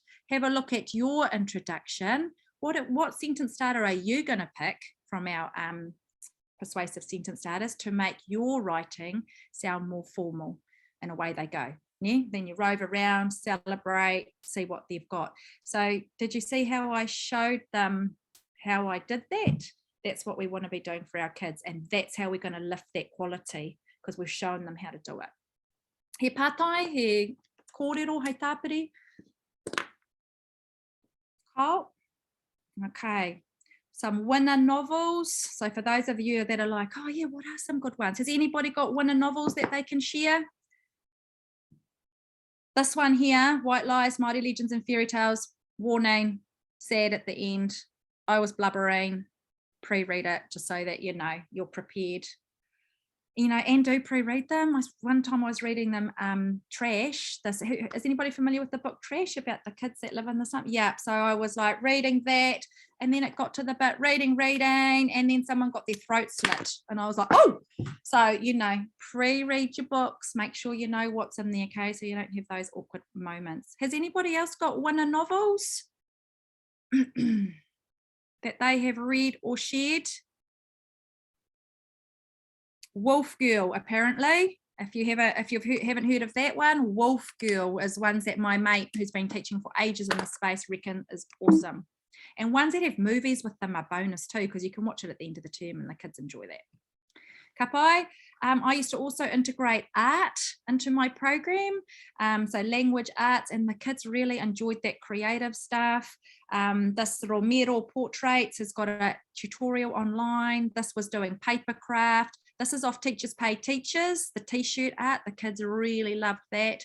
And this was name art that linked to their interests. So that they really loved that as well.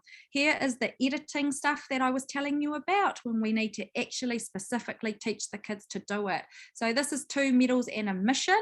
So 2 good things that the kids have done and 1 thing that they need to work on, and that links directly to the criteria. So here they've used a simile, there it is highlighted. They've used 5 senses, that's highlighted there. And then they needed to add detail to 1 line, and that's it, done there. So really specific feedback for the kids when we're marking. And there was a stamp for that I bought from the Literacy Place website. This is the peer editing. So like I said, we have to teach the kids how to do this, because otherwise they don't do it properly. The big tips with this is when you're doing your peer editing, they have to sit beside each other and put the books underneath each other, because otherwise they sit there and they read over their work and they don't even pay attention to their mate. So get the books on top of each other, sit beside each other so they can see each other's work. And then this was stuck in their books, and they had to, what we'd say, okay, you're going to tag it. So they can choose one of those sentence starters there, again, getting that academic language into them. And they had to say something they liked about their buddy's work, ask them something about the work, and give a suggestion for improvement. And so by the time the writing got to me, they'd done self-checks, and we'd done that as a class, you know, have a look at your first sentence, got a capital letter, full stop. They've done a peer check, and then it's coming to me. So it makes our life easier if we set this stuff up properly. Any questions about that, He Pate? Nope. Okay, it's Paramanawa, time for lunch. Has anybody got anything to say or share or add about that block on planning? Please share if you want to. No. Okay, awesome. So that's us. We've got a half an hour break now for lunch and a cup of tea. So it's 12:04. So I'll see you back just after 12:30, eh? 12:32. Kapai. All right, we'll see you guys then. Have a good break.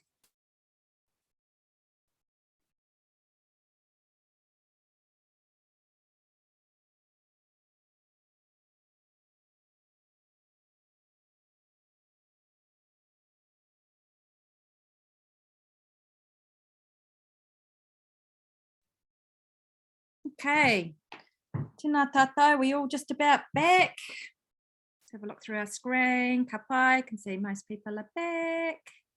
Awesome, okay. Alrighty, let's get into this section of our wānanga today.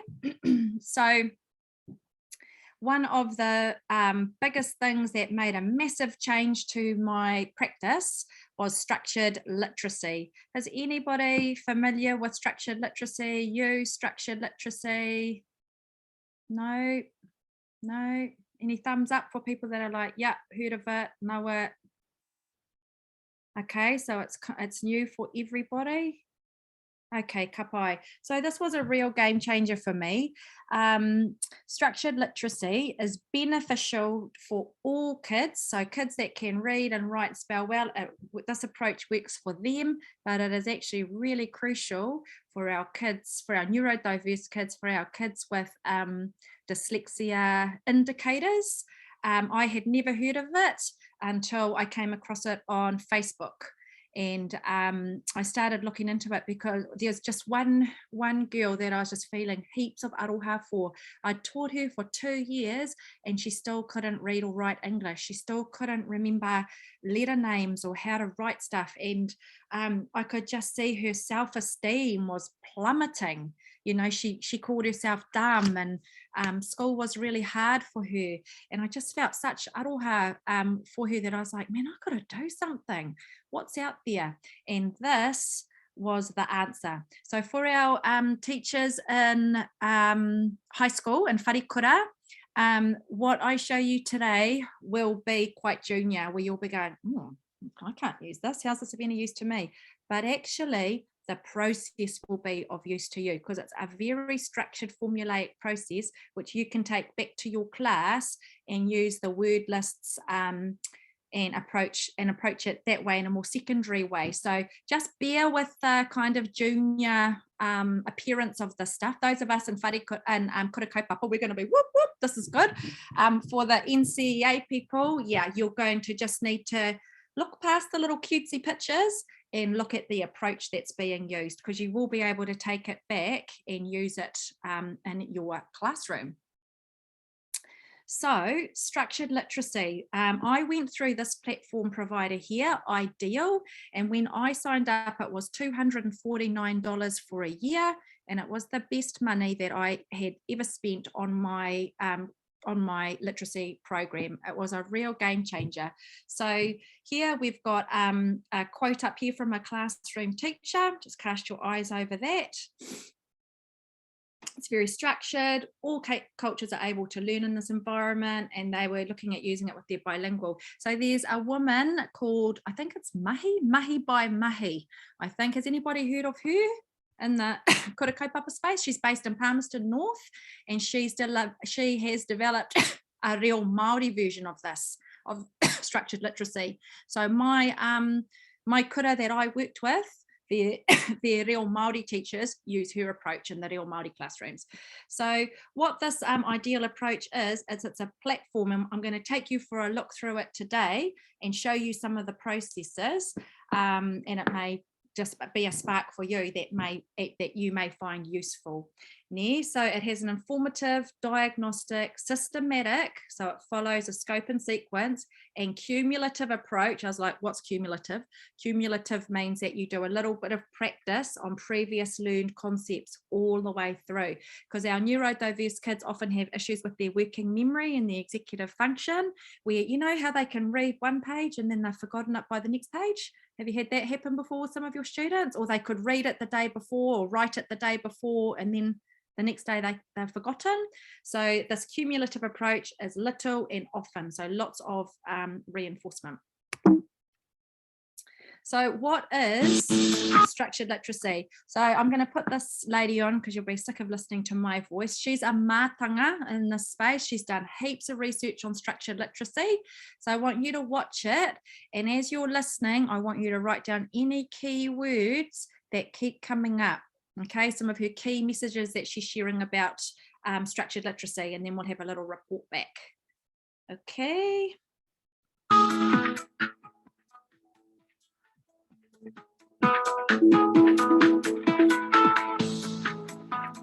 As we strive to ensure that all children develop into independent, proficient readers, people ask a very straightforward question. What is the most effective approach to reading instruction? The answer is structured literacy. But what is structured literacy? Structured literacy is a systematic approach to the teaching of reading and writing. It is based in years of research, and it directly and explicitly teaches students how to work with written language. Well, that makes sense and raises another question. What do we teach when we adopt a structured literacy approach? The components of structured literacy are many. We begin by teaching students about sounds, how the sounds work within words to combine to convey meaning. We move from sounds, phonemes, to the teaching of the letter or letters that can be mapped onto those sounds, sound symbol correspondence. For example, think about the sound k. What letter or letters can be used C, K, but also CK. So we have to be thinking about the patterns that are represented within our English language. We can move from sound symbol correspondence then to the teaching of syllable types. Think a bit about why we teach our children short vowels. Wow, we find those in the most common syllable type, a closed syllable. That pattern, the consonant following the vowel, is a clue to the vowel sound. I think that it's important to remember that when we teach sound symbol correspondence, phoneme grapheme correspondence, and syllable types, we're teaching that not only for the reading of words, but also for the spelling of words. We also have to be cognizant of the morphemes that we find within words. Morphemes, of course, are meaning units. We immediately ask our students to read base words, and then we add endings, inflectional endings like ed, s, ing. And then we move to more advanced morphemes. We do this not only for the reading of words, but also to unlock the meaning of words. As we just heard, when adopting a structured literacy approach, we explicitly teach children the sound structure of language. We also teach the children letter knowledge, the names of the letters, their formations, and the sounds that correspond to each of the letters. Children are taught the different types of syllables to help them learn what sounds the vowels in a word will make. We directly teach spelling, and we teach children about the meaning units within words, morphemes. We also must ensure that children are provided with instruction to aid them in comprehending both oral and written language. It is not enough just to teach children the word structure of a language. We also directly teach them about text structure and how to understand the meanings of a text. It's important for our students to not only be able to read words, but to make meaning. And so as a part of structured literacy, we address the meaning of words, vocabulary. We talk with our students about sentences and how sentences are constructed, both for reading and for writing. We also think about the overall meaning of paragraphs, the text itself. So structured literacy really encompasses all of the elements that are necessary for a student to become a proficient reader. When we adopt a structured literacy approach, we teach children language. We teach word structure to support reading, spelling, and the meanings of words. We also teach the structure of text and how to understand both oral and written language. This, of course, raises the question as to what instructional methods do we use to teach these aspects of language. We teach children the structure of language in an explicit and direct manner. So let's consider effective methods for teaching that are used in a structured literacy approach. Structured literacy includes all of the principles of effective instruction. Instruction is explicit. That is, it is teacher-directed. The teacher demonstrates or explains skills and concepts, and then provides opportunity for students to practice, both guided practice with feedback, corrective feedback, as well as independent practice. That practice is often accomplished for word identification with materials that provide the additional repetition that's necessary for the mastery of the skill or concept that's just been taught. Decodable texts are a good example of this. An important aspect of structured literacy is that it is in fact systematic. When we teach our students how to read words, we introduce skills and concepts in a logical order, beginning with what's easiest to moving to what's more complex, what's most regular, to moving to what is irregular. In other words, laying down the prerequisites that are necessary for word identification. Comprehension instruction is also systematic and strategic. It is scaffolded sufficiently so that students can master the concepts and skills necessary to make meaning of the text. A third characteristic of structured literacy instruction is that it is cumulative in nature. That is, those skills and concepts that have been previously taught are Is that consistently cumulative I was telling reinforced you and about? practiced over time. We Practice, build on practice, what has practice. come before as we introduce new concepts and skills. Structured literacy is diagnostic in nature. That means that the teacher, in working with his or her students, whether in small or large groups, is consistently and constantly monitoring the progress of their students so that they can intervene appropriately, so that their students can achieve automaticity and mastery of skill and concept. Structured literacy requires a specific approach to instruction. A teacher must provide explicit and direct instruction. There must be opportunities for guided practice, and once a student is ready, students should have opportunities for independent practice. When adopting a structured literacy approach, instruction is systematic and follows a logical sequence. The instruction builds in a cumulative fashion, and opportunities to practice previously taught concepts are provided over time. The instruction is also provided in a diagnostic manner. Information about a student's understanding and mastery of concepts and skills is used to inform how a teacher plans instruction in a thoughtful manner to help a child to secure their understanding and skills. So, in which educational settings can structured literacy be used, and for which students is it appropriate? Structured literacy is effective as a core reading program. It's also extremely effective for students who are at risk for multiple reasons, as well as the student with dyslexia. The principal difference would be in the delivery of instruction. Those students who are at risk or the student with dyslexia would require more intensive instruction. Structured literacy addresses the needs of all students and can be delivered in an intensive and sustained manner to meet the needs of those children who struggle with reading, including those with dyslexia. So, as we consider how we move forward, we are left with the ultimate question: what do we do? So often in classrooms, teachers are asking themselves, what else can they do so that their students can achieve reading proficiency? We have the answer: implement structured literacy. Tēnā koe whaia. Okay, so I'll get you to do is in the chat, can you pop in some of the key words, please, that she was saying, or some key ideas that were coming through that clip, please. So if everybody just chuck something in now. What did Fire Nancy, I think it is, say about structured literacy? What do we got? Oh, here we go. Explicit teaching, awesome. Yep, systematic, ka pai, direct, yes. Structure and systematic, good.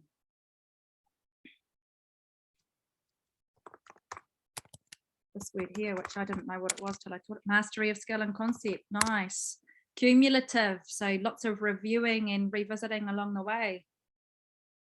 Ka pai, awesome. So when I first watched it, I was a bit like, geez, okay. But there's actually, the answers are all on this platform that I am going to show you. So we're going to go for a little tour. So before we get started, structured literacy as an approach is explicit. So it's really directly taught. It's not just left to chance. It's systematic. So it goes from easiest concepts to harder concepts.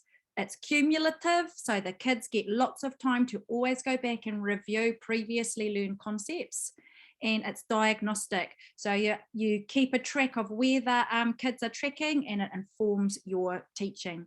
So we're going to go for a little tour through this ideal learning approach. Now, as I said, for our secondary teachers, the images and that will be a little bit juvenile. Well, they will be juvenile for your students. However, it is the process that you can take back to your space and use this to help your students. So here we are. Here's the platform. Down the side here, it's got all our bits and pieces. What's awesome with this platform is it's got videos all the way through to show you how to do stuff. So if I look here in the ideal startup, it's got your whole guide in it with videos. frequently asked questions that you can go through. We won't go through everything, but pretty much the platform is really explicit and systematic. From here, I'll show you some of the assessments. So when I started this last year, because we're busy, right? And we're like, oh, holy heck, how am I going to get this into my program too? I just focused on my booster group initially. So I just focused on my stage 1 kids. So I had all my my assessment data in from reading and writing, and the red flags were showing where I was like, okay, these guys need some extra support. So here it gives you an overview of the assessments, and it walks you through really specifically, you know, how to administer the tests and things. So I focused on spelling for my guys, and it takes you through like a little flow chart, right? So if they get 80% or over at stage 1, then they go up to stage 2 and so on. And you can enter these, you send your class list in to the platform people, and they put your class in, and then you enter your data, and this little magic happens, which we'll go back to shortly. So it's all very, very explicit and clear. There's a video there to show you how to do it. That's how good it is. This is why I loved it, because I needed to do something for my neurodiverse kids, and it was so clear and so well scaffolded. You could pick it up and go with it. From there, once you were like, okay, how do we do this? It actually shows you how to do a structured literacy lesson, right? So it'll show you with scripts. This is what's awesome with it, is it's got scripts and everything so that you know what to say. And then once you're familiar with the process, it's just rinse and repeat with a new concept. Yeah? So here we're doing phonological awareness with our stage 1 kids, where they're listening to sounds. Today we are going to review what we have learned about syllables. Syllables. So it's got your whole text there. For example, my name is Carla. Watch me collect the syllables. Carla. Carla has 2 syllables. How many in your name? And so on. So for our secondary people, this is, you know, you're going to have to make it engaging and level appropriate, but there will be kids at secondary that won't know this stuff. And it really, really helps once you know your syllables. Now, the process that always gets followed is to decode, which is to read it, encode, which is to write it, and decode, which is to read it again. And it's got your script and everything there for you to show you how to do it. So I would do the spelling one, and this secondary teachers is where this will be useful for you. So there's that sequence there: decode, reading, encode, writing, decode, reading. So it's a multi-sensory approach. Right? I thought multi-sensory was, you know, write it with water, write it in the sand, you know, paint it. Multi-sensory in this case is reading and writing, yeah, and saying it. So here's an example down here. So that phonological awareness. So the stage 1 kids, they need to learn how to hear the sounds, right? So they'll show you how to blend. Now we are going to read some words. First, I will say some sounds, and I would like you to put my sounds together and make the spoken word. If I say you would say am. Okay, now you try. So I'm going to say a word, and I'd like you to segment it. Secondary teachers, sorry, this is a bit junior for you guys, but our Kura Kaupapa teachers, this is perfect for what we need. Yeah? And so you get the kids to put the words back together. And there's actually a sequence for this in those ministry books, the decodable texts. So decodable texts match these spelling rules, and they have specific words in them. So my girl that I felt so much aroha for, that could not read and write, by the end of last year, she could read this massive stack of decodable texts, because we'd done the spelling, we'd done the reading, and she could then go into those decodable texts and read them. So here, secondary teachers, is where you guys can come in. You know, if you've got your word list for whatever you need. So today we're going to learn to read words that have whatever your focus is. So there's your script there. When we read these words, some of them may just pop into your mind. For others, we'll have to use our skills of stringing the sounds together. Okay, then here we go. Here's our DED sequence. So you'd get them to decode the words, right? You'd have your word list up on the board, secondary teachers. Kura Kaupapa teachers, we'd have our word lists or our slides, which I'll show you. So there's your script there, like it's paint by numbers. So let's say now we're going to read some words, check whether any of the words pop out. That gives us a good indication of which words they know. And then pointing out the vowel sounds. The sounds in Sam, s, you heard a short vowel sound because the A is trapped by the consonant. I'm going to show you this in a minute. If you're going, what even is this, Donna? The slides will show us, okay? From there, the kids have read the word list. Now they're going to write it, okay? So this is where you're going to sound it out. The kids are going to blend the sounds and then put them back together. So the teacher says the word Sam. The students repeat the word Sam. Everyone says it. So I'm going to say the word Sam and model finger spelling. S, So your turn. You guys will go S, ne, and then everybody writes it. Okay. So this, of course, is obviously for our Kura Kaupapa kids, but you can be doing that at secondary level too. Ne? Not maybe so babyish, obviously, but helping them sound out some of those words and putting them back together. Have the students work through the word list, encoding, writing each word and finger spelling as they go, ensuring they encode each sound correctly. At the end, you read the whole. So now we're back to decode again. They read the whole list and then you mark the words by spelling out the letter. So you'll go Sam, S-A-M, ham, H-A-M, whatever it is. So that's pretty much the process with spelling, right? And it works really, really well for everybody.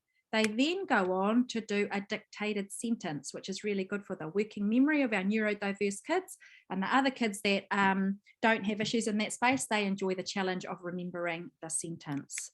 So that's the lesson plan sequence of how structured literacy works for spelling. So I just focused on spelling because I had so much going on, and I did this with my booster group. Later in the year, once I had this sussed, I then introduced it to my whole class and used the stage 2, 3, and 4 spelling slides. Any questions about that little sequence? We're going to have a go in a minute. Yeah, good. Oh, I'm seeing some thumbs up. Great, love it. Okay, so then if we go back here, what's really awesome is, actually I'll take you back to this screen.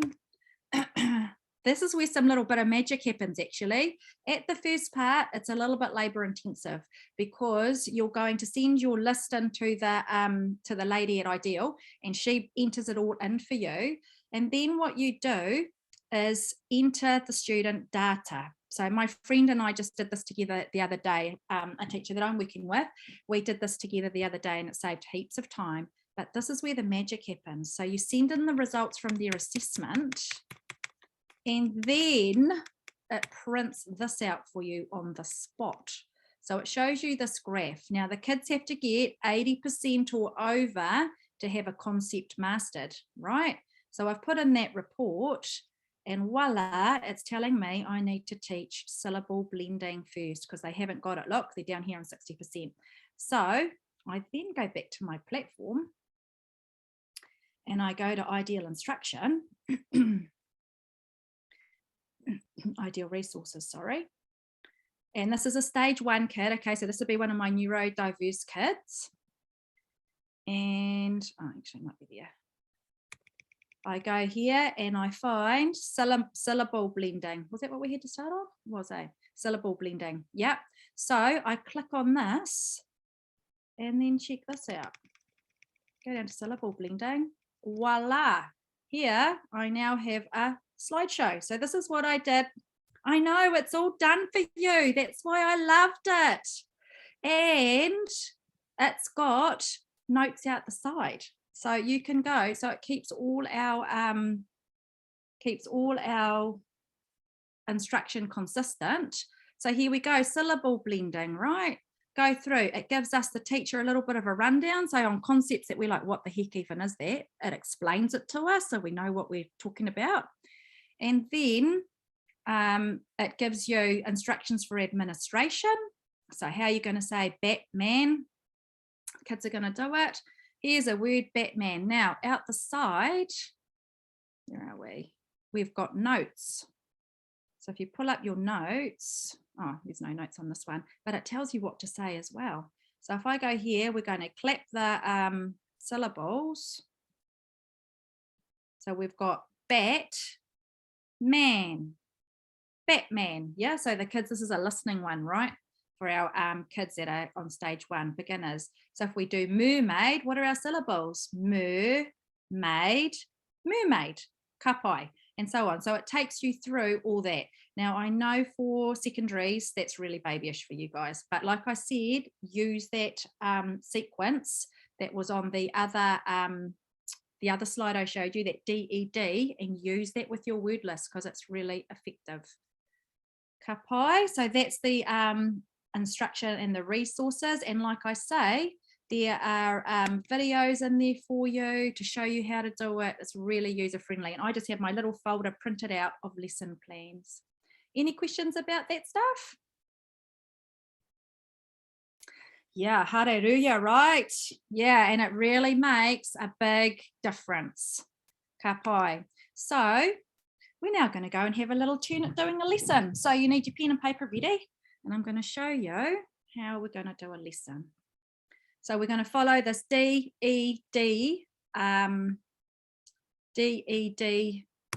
structure, okay? So say I've got my scope and sequence, I've got a whole crew of kids that have not got this soft C sound, right? So here's my slides all set up, ready to go, okay? So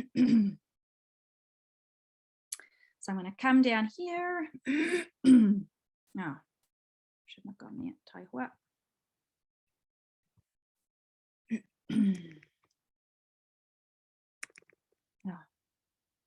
No, aroha, this should have been all set and ready to go. All right. There we go. So here's my concept.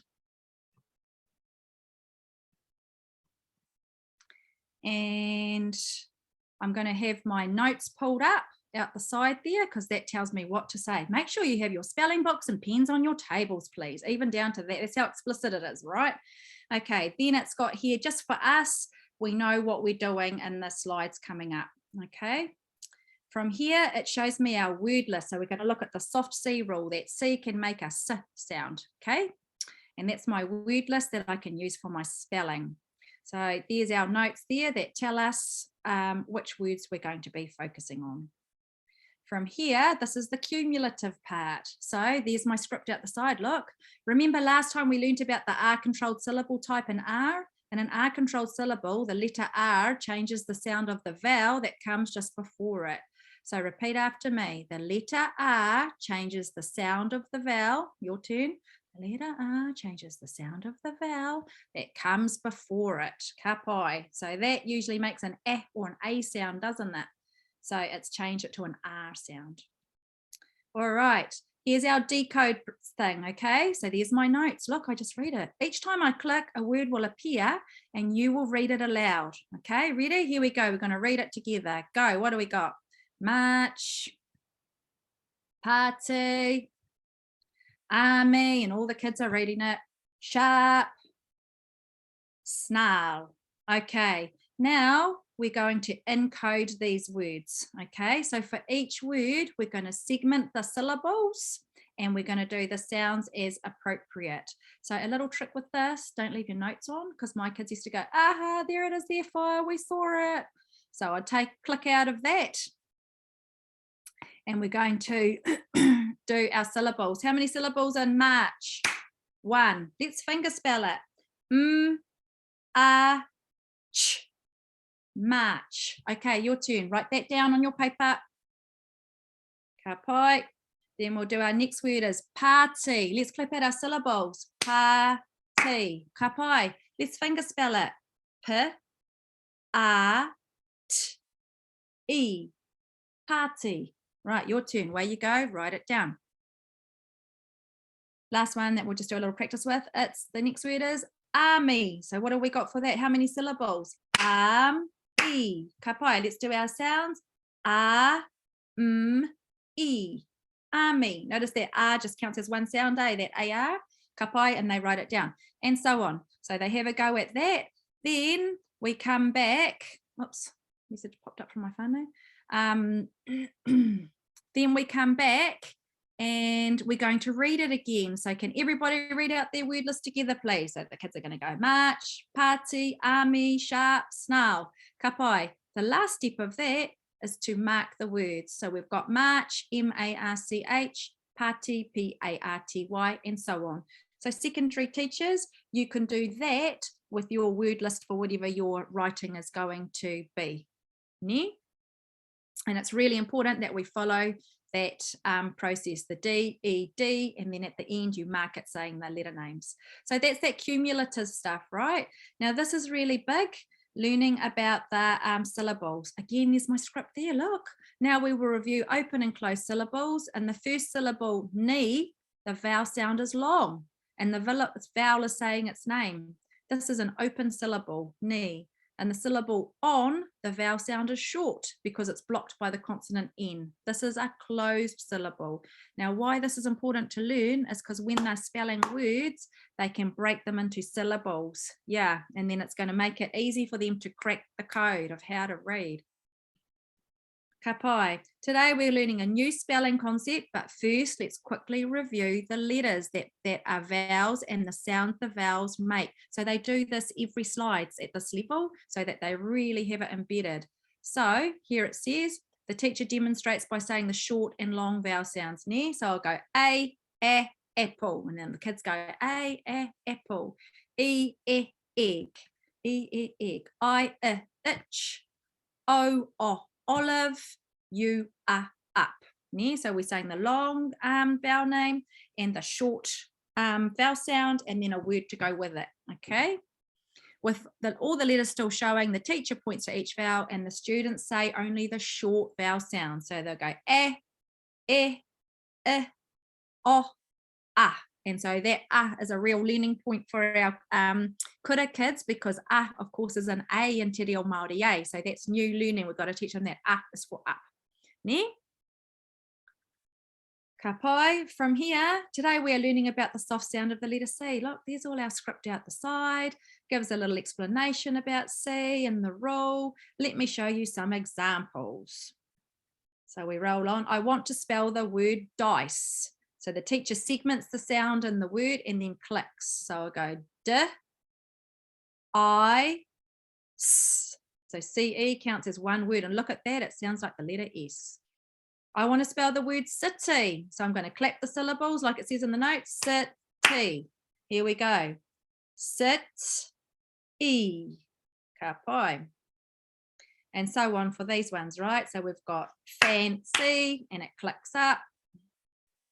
So I just read my notes over there, pencil, and so on. So we clap our syllables and we note that pattern. Now, for this slide, we're back to our DED process again. So it really does become rinse and repeat. Like once you know your sequence, easy as. So here we go. Let's read the words: city, dice, fancy, pencil, princess, place, nice, Alice. Okay, ka pai. So we've all read those. Our next step then, of course, is going to be to write them. So rather than just going to the kids, okay, spell city, we're going to segment them out. So it says here, segmenting the syllables and the sounds as appropriate. So we're going to spell city. What do we got? City. 2. Let's sound it out. S, I, T, E. City. Way you go, write it down and get that list off there. Otherwise, the kids copy it. Same thing again for dice. How many syllables? Dice. Let's sound it out. D, I, S. Right, where you go, write it down, and so on. Okay. Then it comes back to reading the word list. They read it out again. That's that decode. And then the final step is spelling it. City, C-I-T-Y, dice, D-I-C-E, and marking it, and so on. Ka pai. Now, this is, we've got your pencil ready. This now is the dictation exercise. Okay, so again, our instructions are here. First of all, we're going to read it. So we're going to read it aloud. I have a nice sharp pencil that I use for art. Ka pai, and we're modeling good reading, accuracy, rate, phrasing, and expression. I have a nice sharp pencil that I use for art. The kids have a turn. Ka pai, have one last look at it. Right, we're going to say it twice now. I have a nice sharp pencil that I use for art. I have a nice sharp pencil that I use for art. Okay, away you go, writing that down. Remember your capital letter and your full stop. And if they get stuck, if they forget the sentence, prompt them to return to the beginning. I have a nice kapai, and carrying on. Hopefully that'll spark the memory of the sentence. You know, and you can be doing this at secondary level too. Of course, your sentence maybe would be more advanced. All right, the last step of it is have the student read the sentence back to you aloud. What's our sentence say again? Everybody read out their sentence. I have a nice sharp pencil that I use for art. Great. Then we go through and we mark it. Got a capital letter at the start of my sentence? Oh, kapai, tick it. Have you spelt the word nice correctly? N-I-C-E with a soft C? Kapai. Have you spelt sharp correctly? S-H-A-R-P. Notice how the words are always spelt out at the end, and so on. So you go through your checklist, make sure they've got their full stop, good to go. There's another dictated sentence there if you have time to do it. I would always just do one. From there, there's your spelling list for the week. So they can do their spelling activities off that, which links directly to the slides and from that word list at the beginning. Then they have a follow-up activity. So there's a connect four using those words. And in this, they only go from left to right. So our neurodiverse kids aren't getting all mikirapu. Yeah, it's going left to right like how we read. Kapai, and that's end of lesson 1. Now, they believe in little and often, that's their mantra and stuff, but we are restricted by our timetables. I didn't have the luxury of being able to do 4 lessons on this, so I would then do a combo.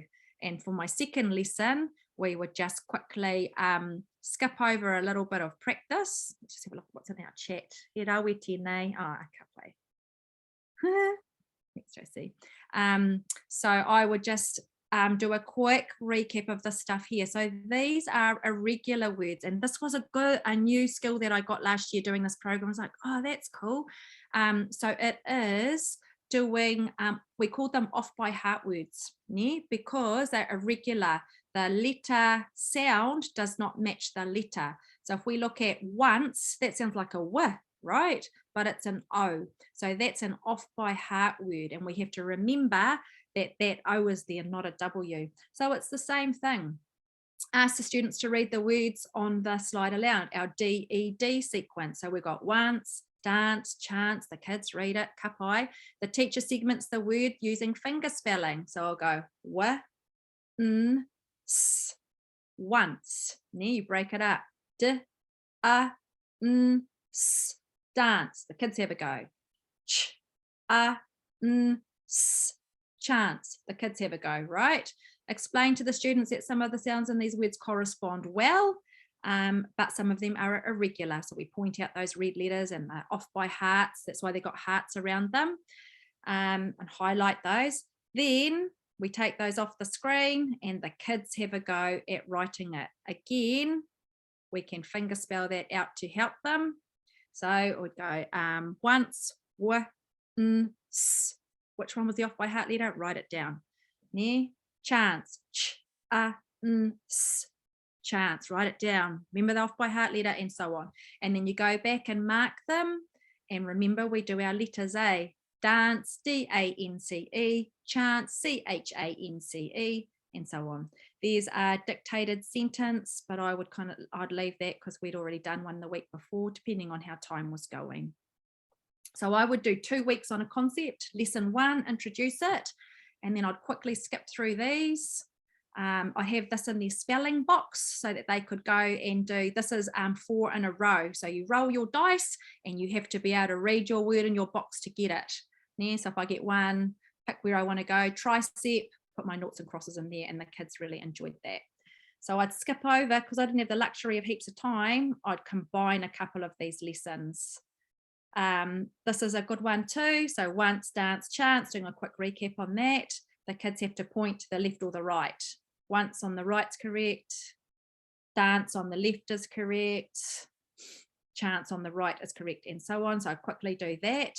But what I would want to get to would be the word work. So here is a vocab sheet, and this is great for secondary level as well, where they have to complete a sheet. They've got to do the word class it belongs to. That's where it's good to have your kupu ingoa, kupu, ahua, and so on, so the kids are clear on those. Find some synonyms, so getting into a thesaurus, and then an example sentence. That's a really good activity. There's your master copy there that they have. And then I would skip to this because I wanted to get to playing around with the base words now. So understanding, remember how that Kuya talked about morphemes and the meanings of words? So moving on to this stuff in the second week of a concept. So there was S, there's my script out the side, tells me what to say. S means it's happening now. They're then playing around with these words. There's my script there, follow that. And then they play around with these to go race, races. And then there's a sentence to read, Grace races to the park and has a swing. And then it's just the same process, that decode, encode, decode, mark it. So I would spend 2 weeks on a concept, base words first, and then playing around with the word families in the second week. Yeah, and secondaries, you could be doing that too with your word lists, whatever you were going to use. Ka pai? He kōrero, he pātai, karawhiua mai. Let me know your thoughts. What are you thinking?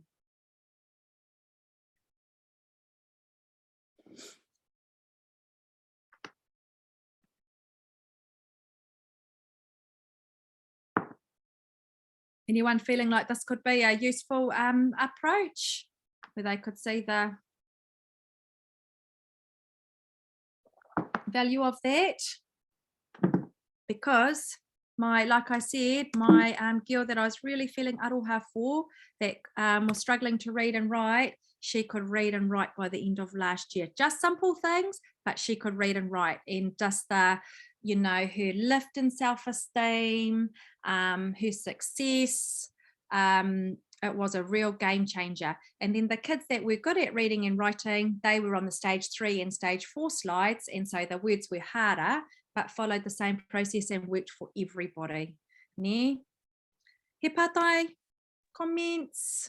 So did you put this in your normal program as well? Like, so for the boosters and then in your actual classroom program? Yeah. So I started with my booster group for this, just so I didn't get overwhelmed, and got my head around that.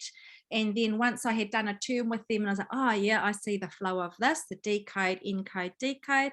Then I introduced it to my other kids, and I did stage 2, stage 3, stage 4 spelling groups. Yeah, and it worked really well. It had all the follow-up activities and stuff as well. Ka pai? And other lessons customizable, so you could add your own, so if you were studying the treaty, for example, and then you had your own vocabulary related to that. Yeah, absolutely. And that's how I think it would fit really well with the secondary, with our wharekura people.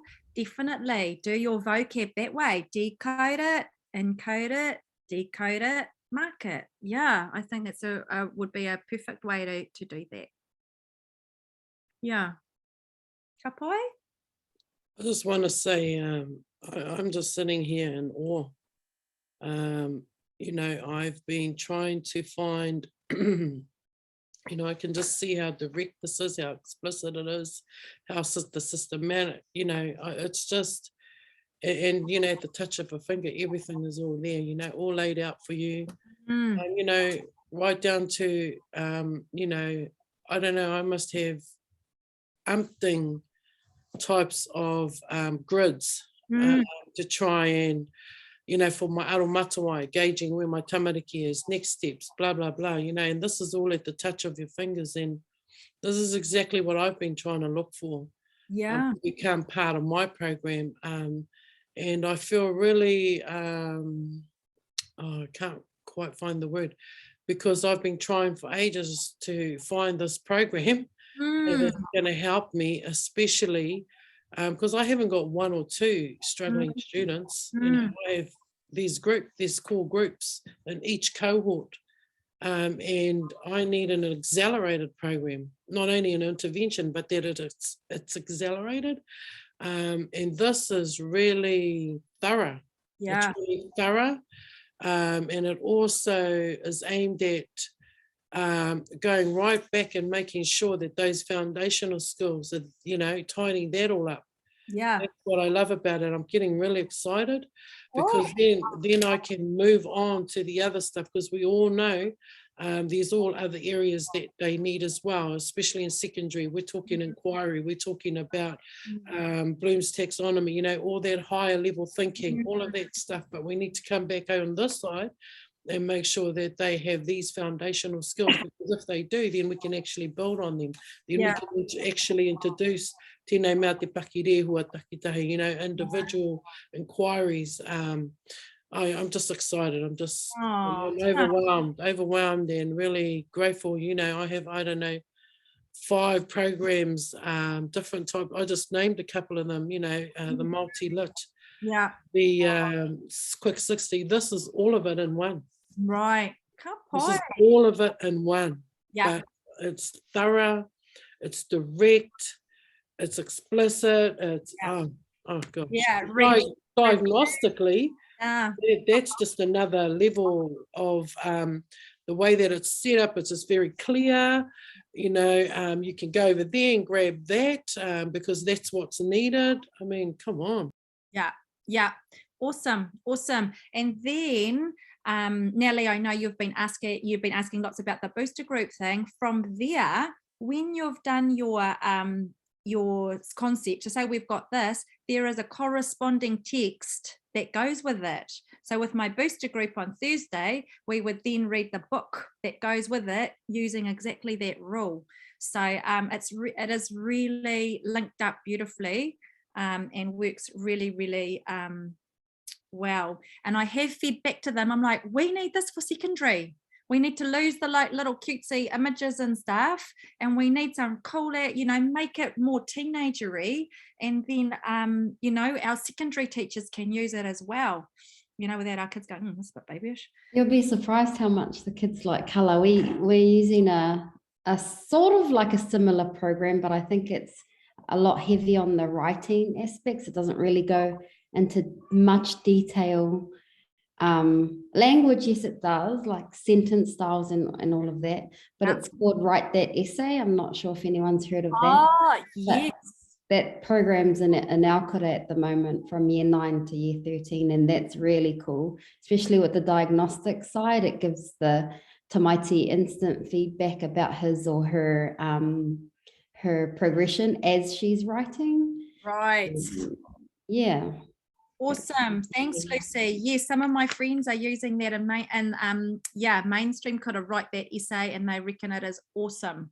So yeah, thank you for sharing that. That's great. Ka pai. Any other comments or whakaaro?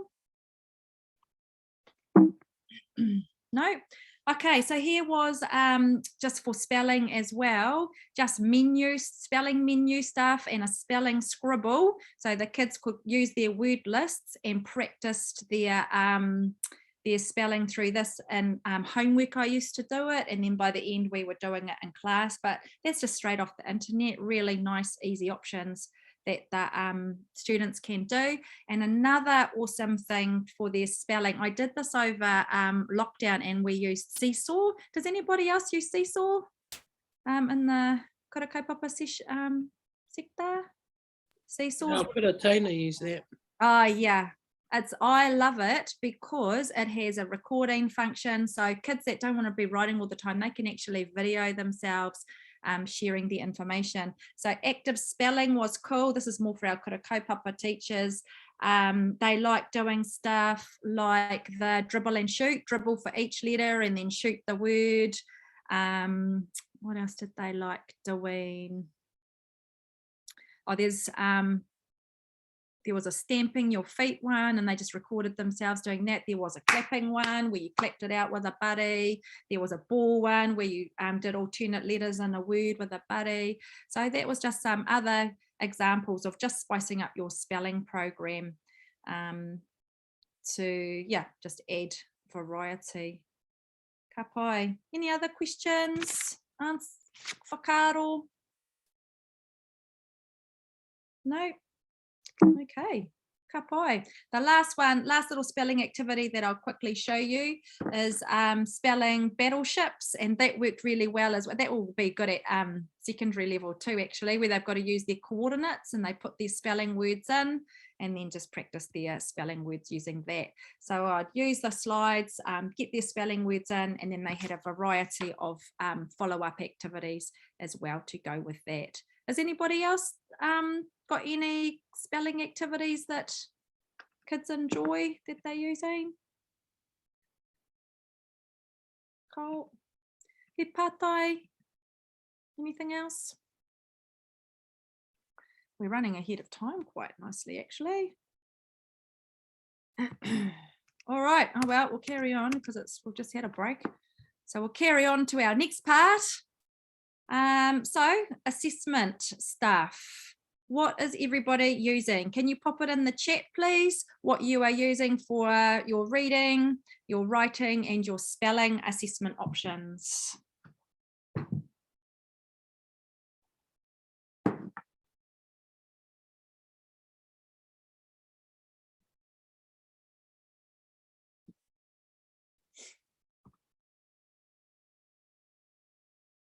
What do we got? E-Esto, oh yeah, ka pai. So do you enter all that data online, Grant? Yeah, we just feed all the information in there from Kmart, and then we just use we build our own tests. We actually use it for junior te reo Māori as well. Oh, ka pai. So that's available in there too. Rawe. Thank you. And you guys build your own tests, so you put your own topics and stuff in. Yeah? Yes, yep. Cool. Right. Thank you, Grant. I have a marking rubric for my juniors, te iwi and writing, and then NCA marking schedules for my NCA kids. Oh yeah, ka pai. Anybody else? I think wharekura, all the same, we use the NCA marking schedules. Oh yeah, ka pai. And what about our kura kaupapa? Do you mean kura tuatahi? Because Yeah. we're all kura kaupapa. Oh yeah, kura kaupapa. Sorry, kura tuatahi. Yeah.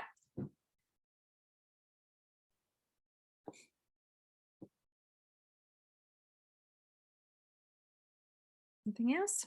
Okay, so here's just some examples of what we use around the Waikato. So remember how I was telling you about that group that we've got, that community of Māori medium English teachers. When we were at our hui, we discussed our assessment schedule and our assessment options that we would use. So in term 1, with my new year 5s, last year I moved on to that ideal foundation literacy skills assessment. So that showed me all their phonological stuff, their listening stuff, their speaking stuff, their written stuff. I do ideal stage 1 and 2 spelling with those beginner guys, and then a probe reading test. Does anybody else here use probe? Can you just give a little indication with your hands? Oh yeah, ka pai, there's a hand. All right, we'll talk about that shortly. I'll do a probe reading test. I would now do ideal reading with these guys. This wasn't set up last year when I used the platform, but they've now got an ideal reading test as well. And we do Estel writing, but none of us around the Waikato use e-Estel. But that's good that you're building your own tests, Grant, because we felt sometimes the kaupapa didn't always suit our kids. But yeah, that's cool if you can put your own kaupapa in. But we would use the Estel writing criteria to mark. For my year 6 to 8 students, so these were guys that have had 1 to 3 years of formal instruction, they'd have an ideal spelling test, an Estel writing test, and a probe reading test in term 1. And so I'd gather that data there. And then at the end of term 3, I would retest everybody. So they'd do a spelling test again, another Estel writing, and a probe reading. But I would do an ideal reading now with my booster group kids for sure. Plus observations, bookwork, their seesaw mahi, and conferencing with the kids. From there, that's where we get, I'd be all ready for writing reports in term 4 because I get all that data collected. So for those that aren't familiar with ESTL, I'll just quickly show you. So if I was doing persuasive writing, here the Kaupapa, which the persuasive ones are quite good actually. Our kids can relate to these. Music is more important than sport. And then what I found great with these were the exemplars, because I could get an idea. What I'd do is I'd add up those scores there, and then that gives you your grade, whether they are 1 beginning, 1 proficient, 1 advanced, or whatever. And I would then use those to go through. And if I got to a tricky sample where I was like, no, what even is this one? I'd go back to the exemplar and use that to help me make a judgment. We also, through our comment hui, would moderate. It kind of dropped away. Everything kind of dropped away over COVID, but I really suggest if you can get together and do some moderating, that's helpful too. So there's some kaupapa there. So because I was doing persuasive planning, persuasive writing in my my writing, what I do is do this at the beginning of the year with no formal teaching, and just see how they go, see what I need to teach them. And then we'd revisit the same kaupapa in, or the same writing genre in term 3 after they've had some teaching, and usually their marks would go up because they'd had some formal instruction on that genre. Are people familiar with the writing rubric? So what I do with this, when I did my marking, was I would get these criteria here and reduce them down, and then put them all on one sheet, and then with that go through and mark their mahi and give them their level. But like I say, moderating is really good. If you can get a crew of you together, and you don't moderate the whole lot, just take a sort of a lower one, a mid-range and a high one, and just have a chat about it, just to make sure that quality control stays up there. Any pātai about that? About the ESTL? Cool. Okay, ka pai. Then there is probe reading. So this is, it looked like not many people were familiar with this. This is I find this really good, and a lot of us in the Waikato Reo Pākehā teachers, we use this for assessing. What's great about it is it classifies all your questions down the side there. So there's different options and ways that you can do it. One of my mates does it where the kids read it out loud to her, and then they write their answers. For me, I just did it wahane, so I would do option 2, and that was let them read it quietly to themselves. They read it out loud to me so I can spot all their behaviours, and then I would read the questions for them and then record word for word what they had said. And what was great, as I was just saying, is the classifying of the questions. So LI means literal, so this person's done great on their literal. RO is reorganizing, so finding information from a couple of places in the text. Inferring, using those clues. A vocab question where they had to give a meaning, using synonyms. An evaluation question where they've got to get sources from 2 different places and make a conclusion. And then a reaction where they respond to the text. Students speak. Oh yeah. Yeah. Any questions about probe? What are other people using for their reading testing? Pop it in the chat if you want. Are people doing like running records or STAR or ESTL reading?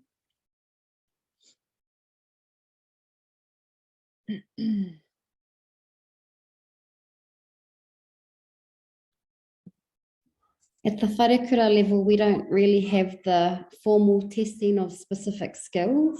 Okay. We just have the assessment that has that as a criteria, but not that alone. It doesn't stand with that alone. Right. So we don't have I guess probe is, I don't really know what probe is. Probe must be a specific testing kind of thing. Yeah, we don't really have something like that. rather we would have one assessment might be that they read a text and respond to a text, and then their overall the judgment is is how they can do that overall. Right. If that makes sense. Yeah. Yeah. And so that's more of a read and then write their responses. Yeah. Ka pai. Thanks, Lucy.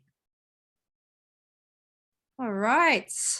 So, man, we are racing through time-wise. So I thought now we just share some of our winner games and just have a little bit of sharing and stuff to see, just to bounce some ideas off each other, really. I want today to be a practical course for you so that you can go back to class and take a whole lot of fresh ideas to spice up your program, inspire your students. So one of the things that my students really enjoyed were games and brain breaks. So this is some student voice that I collected for a presentation. The kids like being able to get out of class, run around, learn stuff while we play and have fun with our mates. And then for us, of course, it's about them learning without realizing, teamwork, social skills, all that kind of stuff. And, engagement, because it's fun and they look forward to having games to as part of the class. So I'm just going to share some of the winner games that I've used over the years, and then we'll have some sharing time, where you guys can share some of your games that you've used that your students really enjoy. So the first one is Crumple and Shoot, and this is a review game. So you divide the students into groups and they've got scraps of paper, and you give them a question, like you might say, right, I need everybody to write a simile. So everyone writes a simile, puts their hands up when they're done. You go around and check it. If they got it correct, they get 1 point for their group. And if they get it correct, they crumple up their paper and they shoot it into the rubbish bin for a bonus point. So all the basketballers and stuff love that. So that's a real nice, easy game that they used to ask to play a lot. You can use that for any, knowledge or new skills and things that you're teaching them. That was a really popular option. So that's Crumple and Shoot.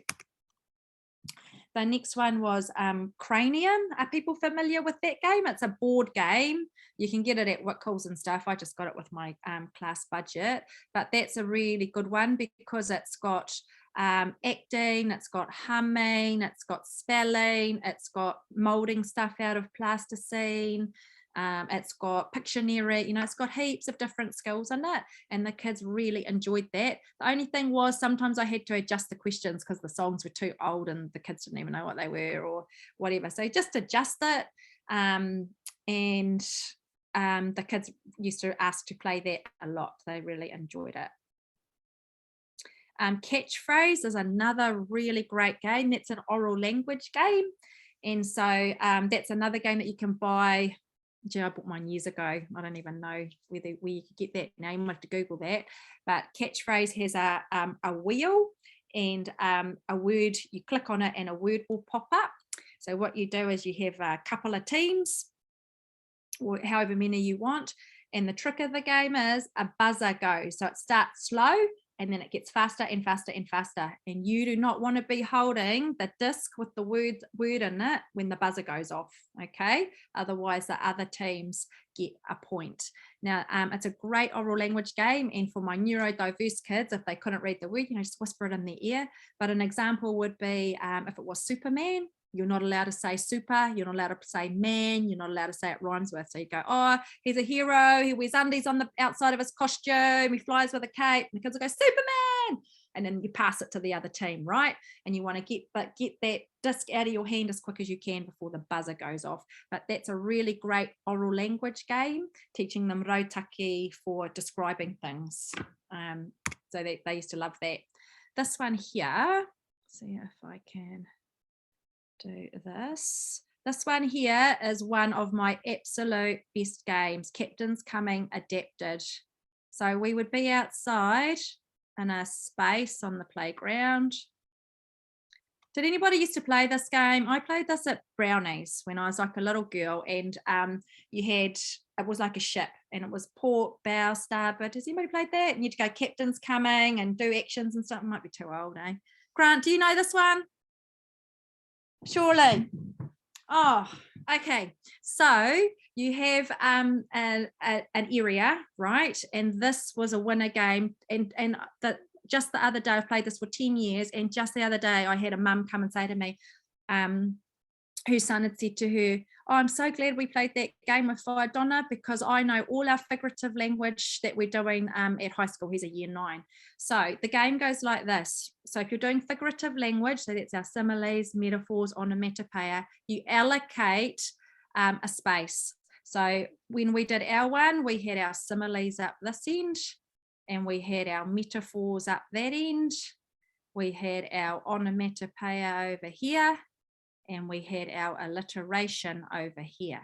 So we pre-taught this, and I started teaching them this as soon as they came into year 5. So all the kids will be standing in the middle, and it's last man standing basically. So you give them a few rounds, everybody's in, and then I'd go, okay, they have to listen and they have to run to the correct spot. So I'd go, she runs like the wind, and the kids will go, oh, that's a simile. So they all race down to that end of the space. Yeah? And then I go, she is an angel. Once you go, is, oh yeah, that's a metaphor, race down there, right? And so on. Snap, crackle, pop, oh yeah, that's onomatopoeia, race over there. And then 5 fat frogs in France, alliteration over there. Yeah? So they would run to those spaces. If they were the last one, they would come and stand by me, and then they would have a go. Just make sure you vet them before they call it. Like I had, kids call out, Tame dira tiko and tonga, for alliteration and stuff. So just vet them, make sure that, or they'll go, I like chocolate. And I'm like, that's not a simile, that's saying that you like something, right? So just do a little check before they do that. Then we got more advanced and we added more stuff in. So we started adding in, how captain's coming, you had to go like this. People that know this game, you had to go like that. Captain's coming, and if you were the last one, you were out. So then we started doing hyperbole, which is exaggeration. So if I went, she's crying bucket loads of tears, they had to do an action like that. And then we added another action for personification. So I'd go, the leaves are dancing in the wind, and then they'd have an action for that. And then we had, what was our other ones? Oh, question types, because we've done question types in reading. So I'd do an open question or a closed question, and they had to bob up or stand, or stand up straight or bob down. And then we'd learned all our hooks, and there are 7 hooks in the Sheena Cameron book. So they'd have to do the action for all the hooks, right? And so you'd get down to your last few people that knew their figurative language. But that is an absolute winner game, brain break for teaching figurative language. Any questions about that? Oh. All right, categories was another good one that the kids really enjoyed. So that's the one, where you give them a letter and you'll say, okay, letter T. And then there are heaps of categories for it. And you've got to think of a word that no one else has got. But I used to change mine up. I used to stick the categories down on another classroom wall. And we'd play this on a nice sunny day, and then we'd be outside in groups, and runners would have to go down and get the next category, and they'd all have to have a turn at running. So they'd run down, run back and go, oh, girl's name starting with T, write that down, next runner would go. So it was a moving game, but they were, building their vocab and stuff too. So that was another winner. Then, of course, we played Block It this morning, which the kids really, really love, and there are pre-made ones on there. Like I said, I often found they had stuff that I hadn't taught my kids, which isn't a bad thing either, because you can expand their knowledge base, but I like to make my own personalised ones, but there are heaps online that you can use as well. And the other one is Game of Awesome, and you can get, this is through the ministry, you can get it from down the back of the chair. And this is a really awesome oral language game. So they get given there's lots of different formats to play it, but my kids used to really enjoy it. You have to make up stories, and one of the kids is a judge, and they get to pick who has the best story. And there's all these funny cards and pictures, and a lot of them are Aotearoa specific actually, like there's haka and whare and bits and pieces in there too that our kids really enjoyed. So those were some of the winner games that I played in my classes. Has anybody else got some games that they play with their students that they really enjoy? Because please share. We're running really ahead of time. So We play Mafia. oh yes, Really good. how does that one go? What do you do for that? It's quite a long game actually, but it helps them think creatively. So they have to think of a way to kill off somebody in a creative sense. So they have to think of a murder, and you have an investigator, you have three hitmen, and then you have the rest who are civilians. It's sort of like imposter, I guess. Yeah. And they have to kind of once those roles have been chosen, they go to sleep and then wake up and go to sleep. So that allows the person, the narrator, to pick each role for the people for certain members of the class.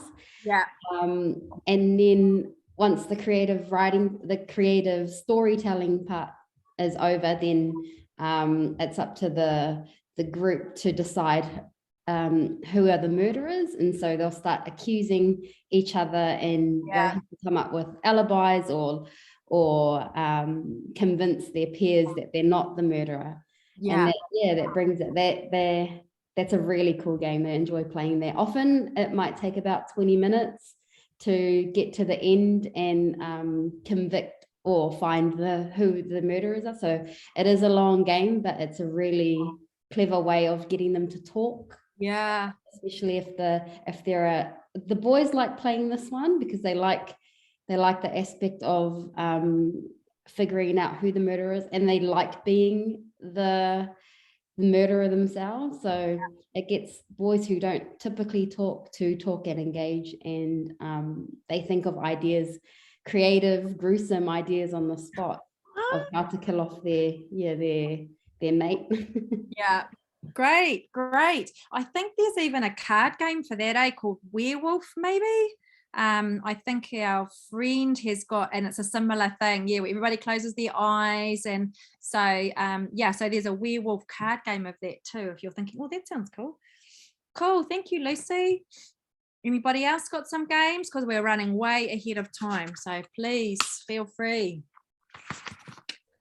I find a really simple, effective game that my students love is just doing a 9-letter word square.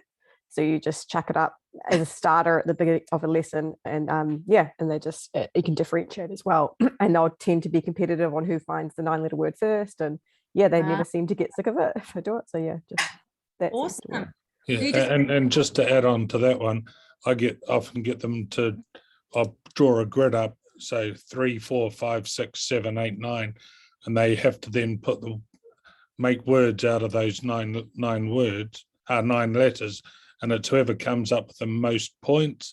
So rather than the most number of words, it encourages them to go for the longer words. So they're actually having to think a bit more. Yeah, awesome. There's also a change up on that in the one of Sheena's writing book, and it's like Scrabble, and so each letter is given a value, and put that up on the board, and then the challenge is on to see who can get the word with the highest value. And then I used to make it subject specific too, like we'd done a whole lot of science experiments and learnt all that academic language around that, absorption and osmosis and all that kind of stuff, and so they had to do science words and see who got the highest points, and they really enjoyed that too. Ka pai. Anybody else got some games to share that you play with your kids? I've done like digital breakouts and breakout rooms just to, Yeah. And what's some other ones? I look at as well. Where do you get those from, Nellie? Like the breakout rooms? Do you buy them or did you make them? I just made it up. Wow. And then the digital breakout room, online, they really like those ones too, but I find that they like the breakout room way better because it's more everybody's in there and you're all hyped up. Wow. Yeah. It was so cool. We were looking at her class from the other end. Yeah. The escape room. That's what you're talking about, Nels, the escape room that you made up. It was so cool. Wow. That sounds cool as. And so did they have to find clues, Nelly, and stuff like around the room? And so how does it work? Yeah, so they find clues, usually something to do with whatever we were learning about. They find the clues and then they crack the code for each. So there were 4 locks, and then there was a lock pad up on the interactive TV, and then there was one more big lock. So they have to find all the codes, all the keys and all that sort of stuff. But then there's little clues that then put around the room, then just keys just put in balloons and stuff like that. So wow. If I give you sharing things, can you pull that up on your screen and show us? Or a digital one I can. That one I just made up and then did it. wow. Yeah, I've got a few digital ones I'll have a look at. Okay, I'll just see if I can do, how can I let you host? Actually, I might not be able to, because I've come through, breakout rooms.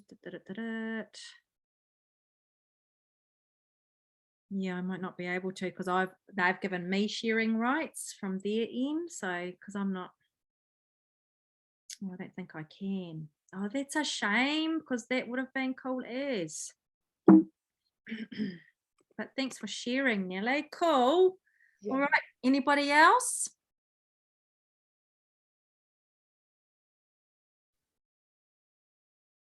My year group's like Articulate, which is probably a fast thinking word game, like describing, but I kind of have to go through the cards because I want them to have fun and get it. Yeah. They land on a particular topic, I'll just,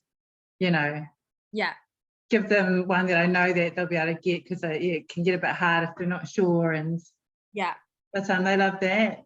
That'll only be like about a 10-minute, 15-minute break. They will get involved in a word scramble. Oh, they love, but I'll write them up for my year 7, 8. I'll give them 10 minutes to see how many words they can come up with, and then I'll write it up, and then I'll do it to my year 9, 10s and write that up and show them. And it's just that competition that gives the year 9, 10s a bit of encouragement to not be caught by the year 7, 8s. Yeah. They like keeping ahead, but it doesn't always happen. So that's kind of their motivation to do better. Yeah. Because I don't want to be beaten by the tailor. Yeah. Yeah. Great. Thank you, Jamie. Anybody else? Winner games? Has anyone mentioned running dictation? Sorry, I had to pop off for a minute. No. So you just get a piece of text, whatever it may be, something that you might have already read about, or you could pull it out of the local latest, I don't know, you can pull it out of anything, maybe a paragraph long. And then just print it out, and then I was sticking it around some of our akumanga in the area of my akumanga and on the field on a chair, break the kids up into games, and then they had to and break the kids up into groups, and then one of them is the writer, the recorder, and the other one is the runner, and the others are the listeners, something like that. And then the runner has to go out, find their group numbers sheet, and then try and read and remember as much as possible, and then run it back into their group, and then say it out loud to their group, and the group has to try and spell the wording out. And like a paragraph was way too much. It took them forever to do a paragraph, so I had to maybe do 4 or 5 sentences so the game would be a bit quicker. But I got into a lot of trouble because then our kids are running around our wahanga speaking English, trying to remember that. Yeah, and so I got in a bit of trouble with that, so I haven't quite worked out when it's a bit sunnier, maybe I'll have to do it around the field by my akumanga so that no one hears them speaking English in the kura. But Yeah, awesome. Yeah, that is a winner, that one. And it is so, so good for drawing their attention to punctuation too, because I've got to remember full stop, capital T or whatever. Yeah, that is a great one. And I just used to do it around inside class as well.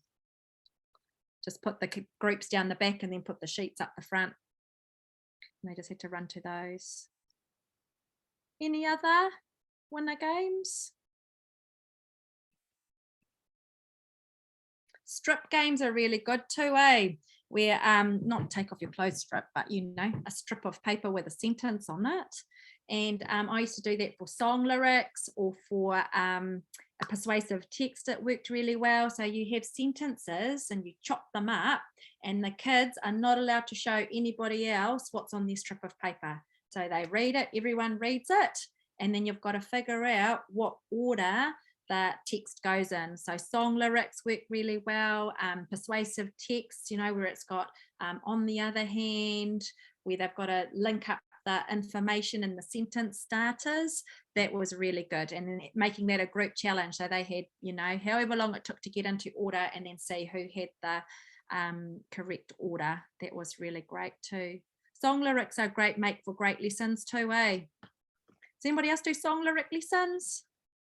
They love it. Song lyrics are great. So when we did, we were studying pakanga.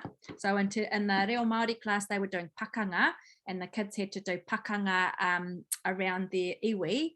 And so for my one, I focused on parihaka. And so we did the Tim Finn song and broke that down, and we did a strip activity to start to see if they could order it. And then we went in and we listened to the songs, and they wrote down keywords they could hear, talked about that, talked about the information that was in the song and how that linked to historical events. And then that was a good little hook into learning about Te Whiti and Rongomai. So yeah, song lyric lessons are great to fit in with your kaupapa. Ka pai. Anybody else got anything to add? No. Okay, well, it's been nearly another over another hour or so. Does everybody want to go for a quick 10-minute break, toilet break and stuff? Or haere tonu? What's our votes? Haere tonu. Haere tonu. Okay, and have an earlier finish. Alrighty, sounds good. Ka pai. So if we have a look at our key takeaways from today, we started out wide, right? And we started off with have a read over the curriculum. Ni hei korowai tuatahi mo te marautanga reo Pākehā, lots of gems. Now, Nikki, you asked about the jump from kaupai toru up to the stage 6 of the curriculum. So I had a look at it because it's straight from New Zealand curriculum, and it actually leads on really well. Like lots of the stuff that's discussed at kaupai tahi rua toru lead really well into the next level up. So yeah, it's well scaffolded to get there. So yeah, get into that curriculum because it has units in there. It has examples in there for you to help guide you. Second of all, second key takeaway, collaborate with the Reo Māori kaiako. See what they're doing, have a conversation. What angle can you take so that it's not exactly the same, but the skill sets are being addressed in both languages, and it's just going to benefit our kids. Teach for transfer. So transfer akonga knowledge from the strongest language. If they need to write it in Te Reo Māori or they need to write it in English, kei te pai, go with it. And then we scaffold them to cross over to the to English. Explicitly plan for neurodiversity and different learning modes. So remember we were talking about that understood.org website. It is so good. Classroom accommodations, put that in your search. Classroom accommodations for ADHD, whatever your issues some of your students are having, will give you really user-friendly practical tips that aren't too, you know, it's not like 80 pages of reading. It's just a nice, easy read article that's practical. Scaffold for success, model how to do things. So remember we had a look at think alouds and how you just do 1 or 2 sentences that you want to focus on, and model how you work through a process or a rautaki to do something. Teach our kids how to proofread and edit, model how to do it, set them up to do it. Because if you make time now, you won't have to take time later, and it makes our job easier because it's had 2 or 3 checks before it comes to us. We had a look at structured literacy and how it's beneficial to all students. All students can learn that way, but it's crucial for our neurodiverse kids. And we talked about how our whare kura teachers can take your word lists and follow that process of the decode, the reading it, the encode, the writing it, the decode, reading it, and then marking the spellings out loud. And then for our kura tuatahi people, how there's those slides and things available to help us, or we can follow that process too for whatever our spelling is. We just had a big talk about games, gamify the learning, make it fun, know your akonga. You know, if Reo Pākehā is fun to come to because there's some games and some laughs, well, then we're going to get the best out of our students as well. And then lastly, of course, high expectations. Share good models with our akonga, share your own learning and stuff as well, the strategies that you have in Reo Māori that you take over to Reo Pākehā so our kids can see it and go, aha, yeah, I get it. I see how it's working across the transfers, working across. Show them good models of writing, feed them that academic language, give them the sentence starters and things they're going to need so they can pick and mix it, you know, so we're scaffolding them for success.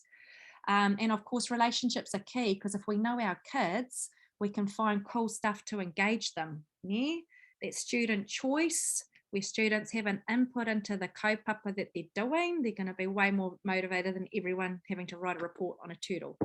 Yeah, yeah, so relationships are key. Any comments or pātai or things to add to that? Please cut off you on mic.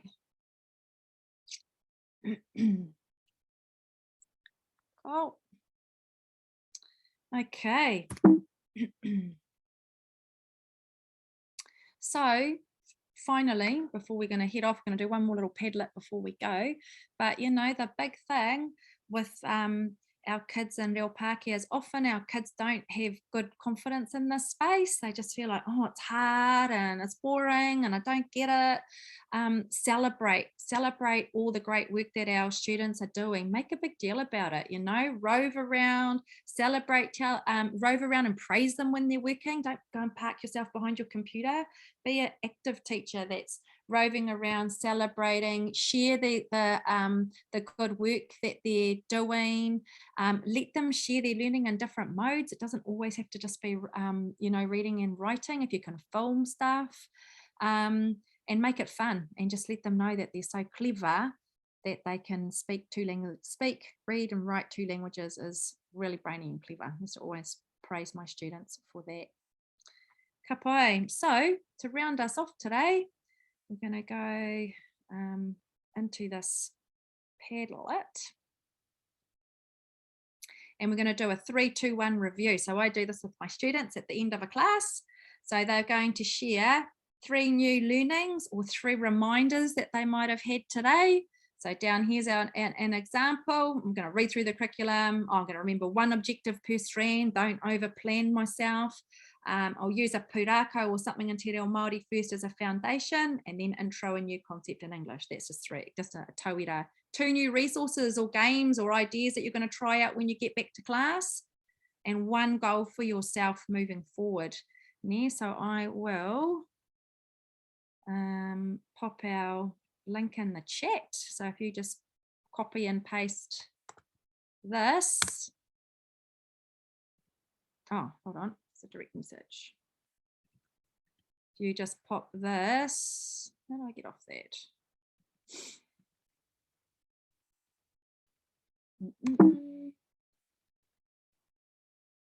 How do I get off that direct message? Oh, here we go. Everyone in meeting. There we go. Kapai. So if you pop that into your browser, and that will come up. And I'll just get you to fill in 3 new learnings or reminders today, 2 new resources or ideas that you're going to try out, and 1 goal moving forward.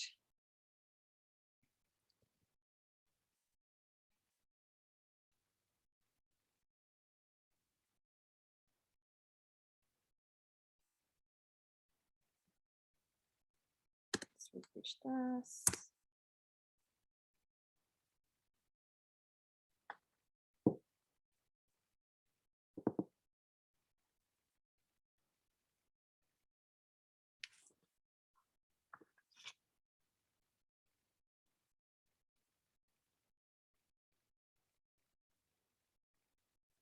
All good? Is everybody able to get in?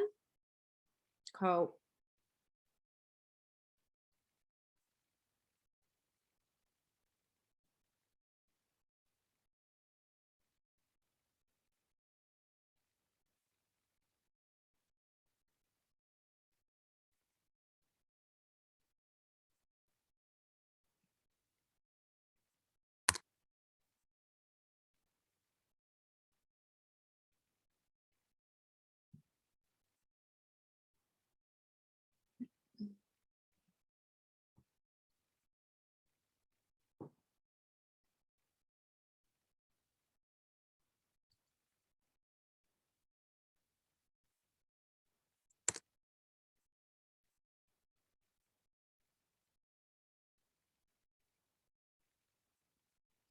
Cool.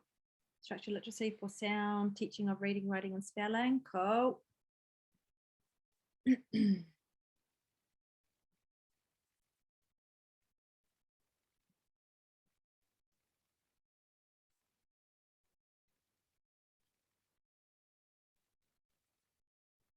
Prioritize collaboration with kayako and other maro. Great. Articulate, block it. Yeah, nice. Awesome. So your guys whakaaro rolling in. Collaborate with real Māori. Explicit, systematic, cumulative. Nice. Learning for sound. Cool. Great to see your whakaaro rolling in, Joyce. Run alongside Te Reo Māori program. Yeah, awesome. Teach for transfer, editing skills explicitly taught. Ka pai koutou. Awesome. Find and read the curriculum document. Yeah, ka pai, that was me. Explicit planning and teaching of oral language throughout. Nice. Curriculum tracker, which AOs have I covered so far? Excellent.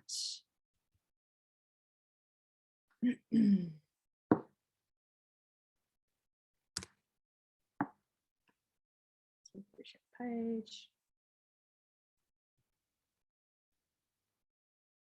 Ideal. I love this. Can't wait to get a look at it. Have a look at understood.org. Ka pai. That's great, you guys.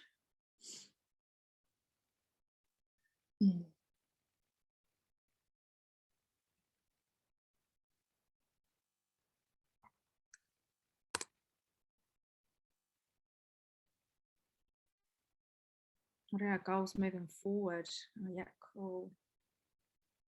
Great. Look at tag peer reviewing. Awesome. Like I say, make sure when they do that tag thing, they sit beside each other, books underneath each other. Otherwise, they end up getting distracted to read their one. Cool. Get my booster group humming along. Look more into ideal.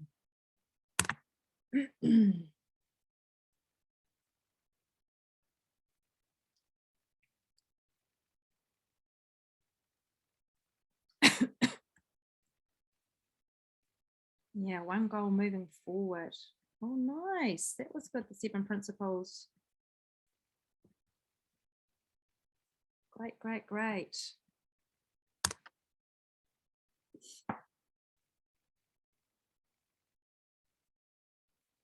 Yes, plan a game for at least once a week. Use homework properly. Cool. Yeah, they enjoyed that. And I got them also to you know, come up with ideas for that as well. So they really enjoyed that and looked forward to that.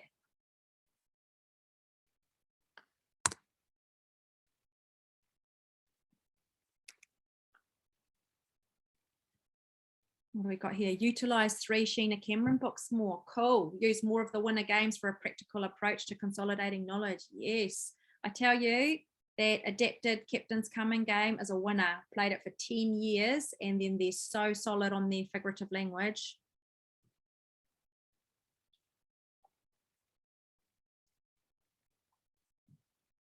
Cool. Last couple of minutes to add your final thoughts.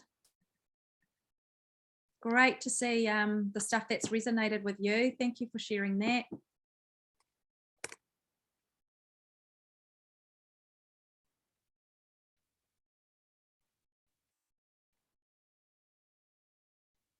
Yeah, understood for differentiated learning. Ka pai. Crumple and shoot, especially with boys. Yeah, cool. They'll love it. Transfer akunga knowledge in strongest language. Yes. Hooked on ideal, decode, encode, ka pai, decode at the end. Read the words back and then spell them out. Look into games suggested and Sheena Cameron's book. Yeah, great. Great, great, great. Oh, what do we got here? Increase collaboration with the Te Reo Māori teacher at my kura. Yes. Have a more balanced approach in my daily lessons. Liven up the teaching learning time. Cool. Ask boss for English budget to subscribe on Ideal. Yes, I tell you, that was a game changer for me and for my neurodiverse students. I kind of look back now and go, oh man, if only I had that 10 years ago, 5 years ago with some of my kids that were really struggling. All right, what do we got here? Continue to work with Te Reo Māori Kaiako to share kaupapa. Keep things fun. Yes. Word upgrade for vocab extension. Yes, excellent. Buy the oral language book. It's so good. That will really make a difference to your program. Explicit teaching, song lyrics lesson, publish a super sentence, not the whole novel. Yes. Ka pai. Oh, you got superstar students. Ka pai koutou. Picked up heaps of good stuff today. All right. Oh yes, look at using structured literacy for tau iwa whatu te kau. Right, that's all the last of them, eh? Make real ingarahi more fun. Yes, yes, yes, yes. Liven it up. Ka pai. Hey, well, I think we'll leave that there. It's nearly 2:15. Superstars, we finished a little bit early, so that's always a bonus, isn't it? So I thank you for your participation, for your whakaaro, for the whiti kōrero I tēnei rā, nei rā te mihi mahana, kia koutou. I hope that today, well, it sounds like it is, that today has been helpful for you and that you can now go back to class and definitely have some more practical things in your kete to enhance your Reo Pākehā program with our students so that they are, you know, standing strong in both worlds and both languages. So, nei rā te mihi nunui kia koutou, me karakia tahi tātou ni.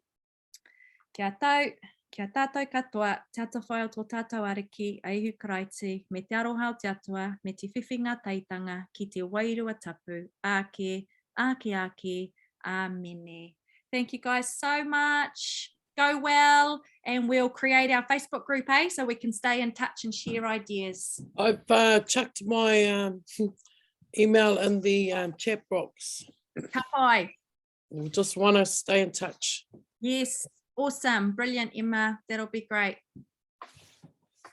Ka pai, ngā mihi nui kia koutou. Ngā mihi. Te meke tēnei. Oh, Anna, will you just send some of those templates through to us at? Yes, so I will maybe get the email addresses. You could just pop them in the chat actually, eh? If you pop your email address in the chat, and then I can flick those out to you. Thank you. No worries. Okay. Oh, Nelly, I'm like really keen to see this breakout room that you've created. Yeah, too. me too. We'd have to I'll put it in here, the what it looks like. okay, that'll The be cool, please. Yeah, thank you. Ngā mihi. Ngā mihi nui kia Thank koutou. you. Thank you for your sharing today. Yep. Thank you very much for everything. It's been tremendous. Oh, tēnā koe, Grant. Hey, go well with all my husband's tauranga moana whānau. I will. Ngā mihi. Bye, ngā mihi nui. Ka kite anō. Ka kite.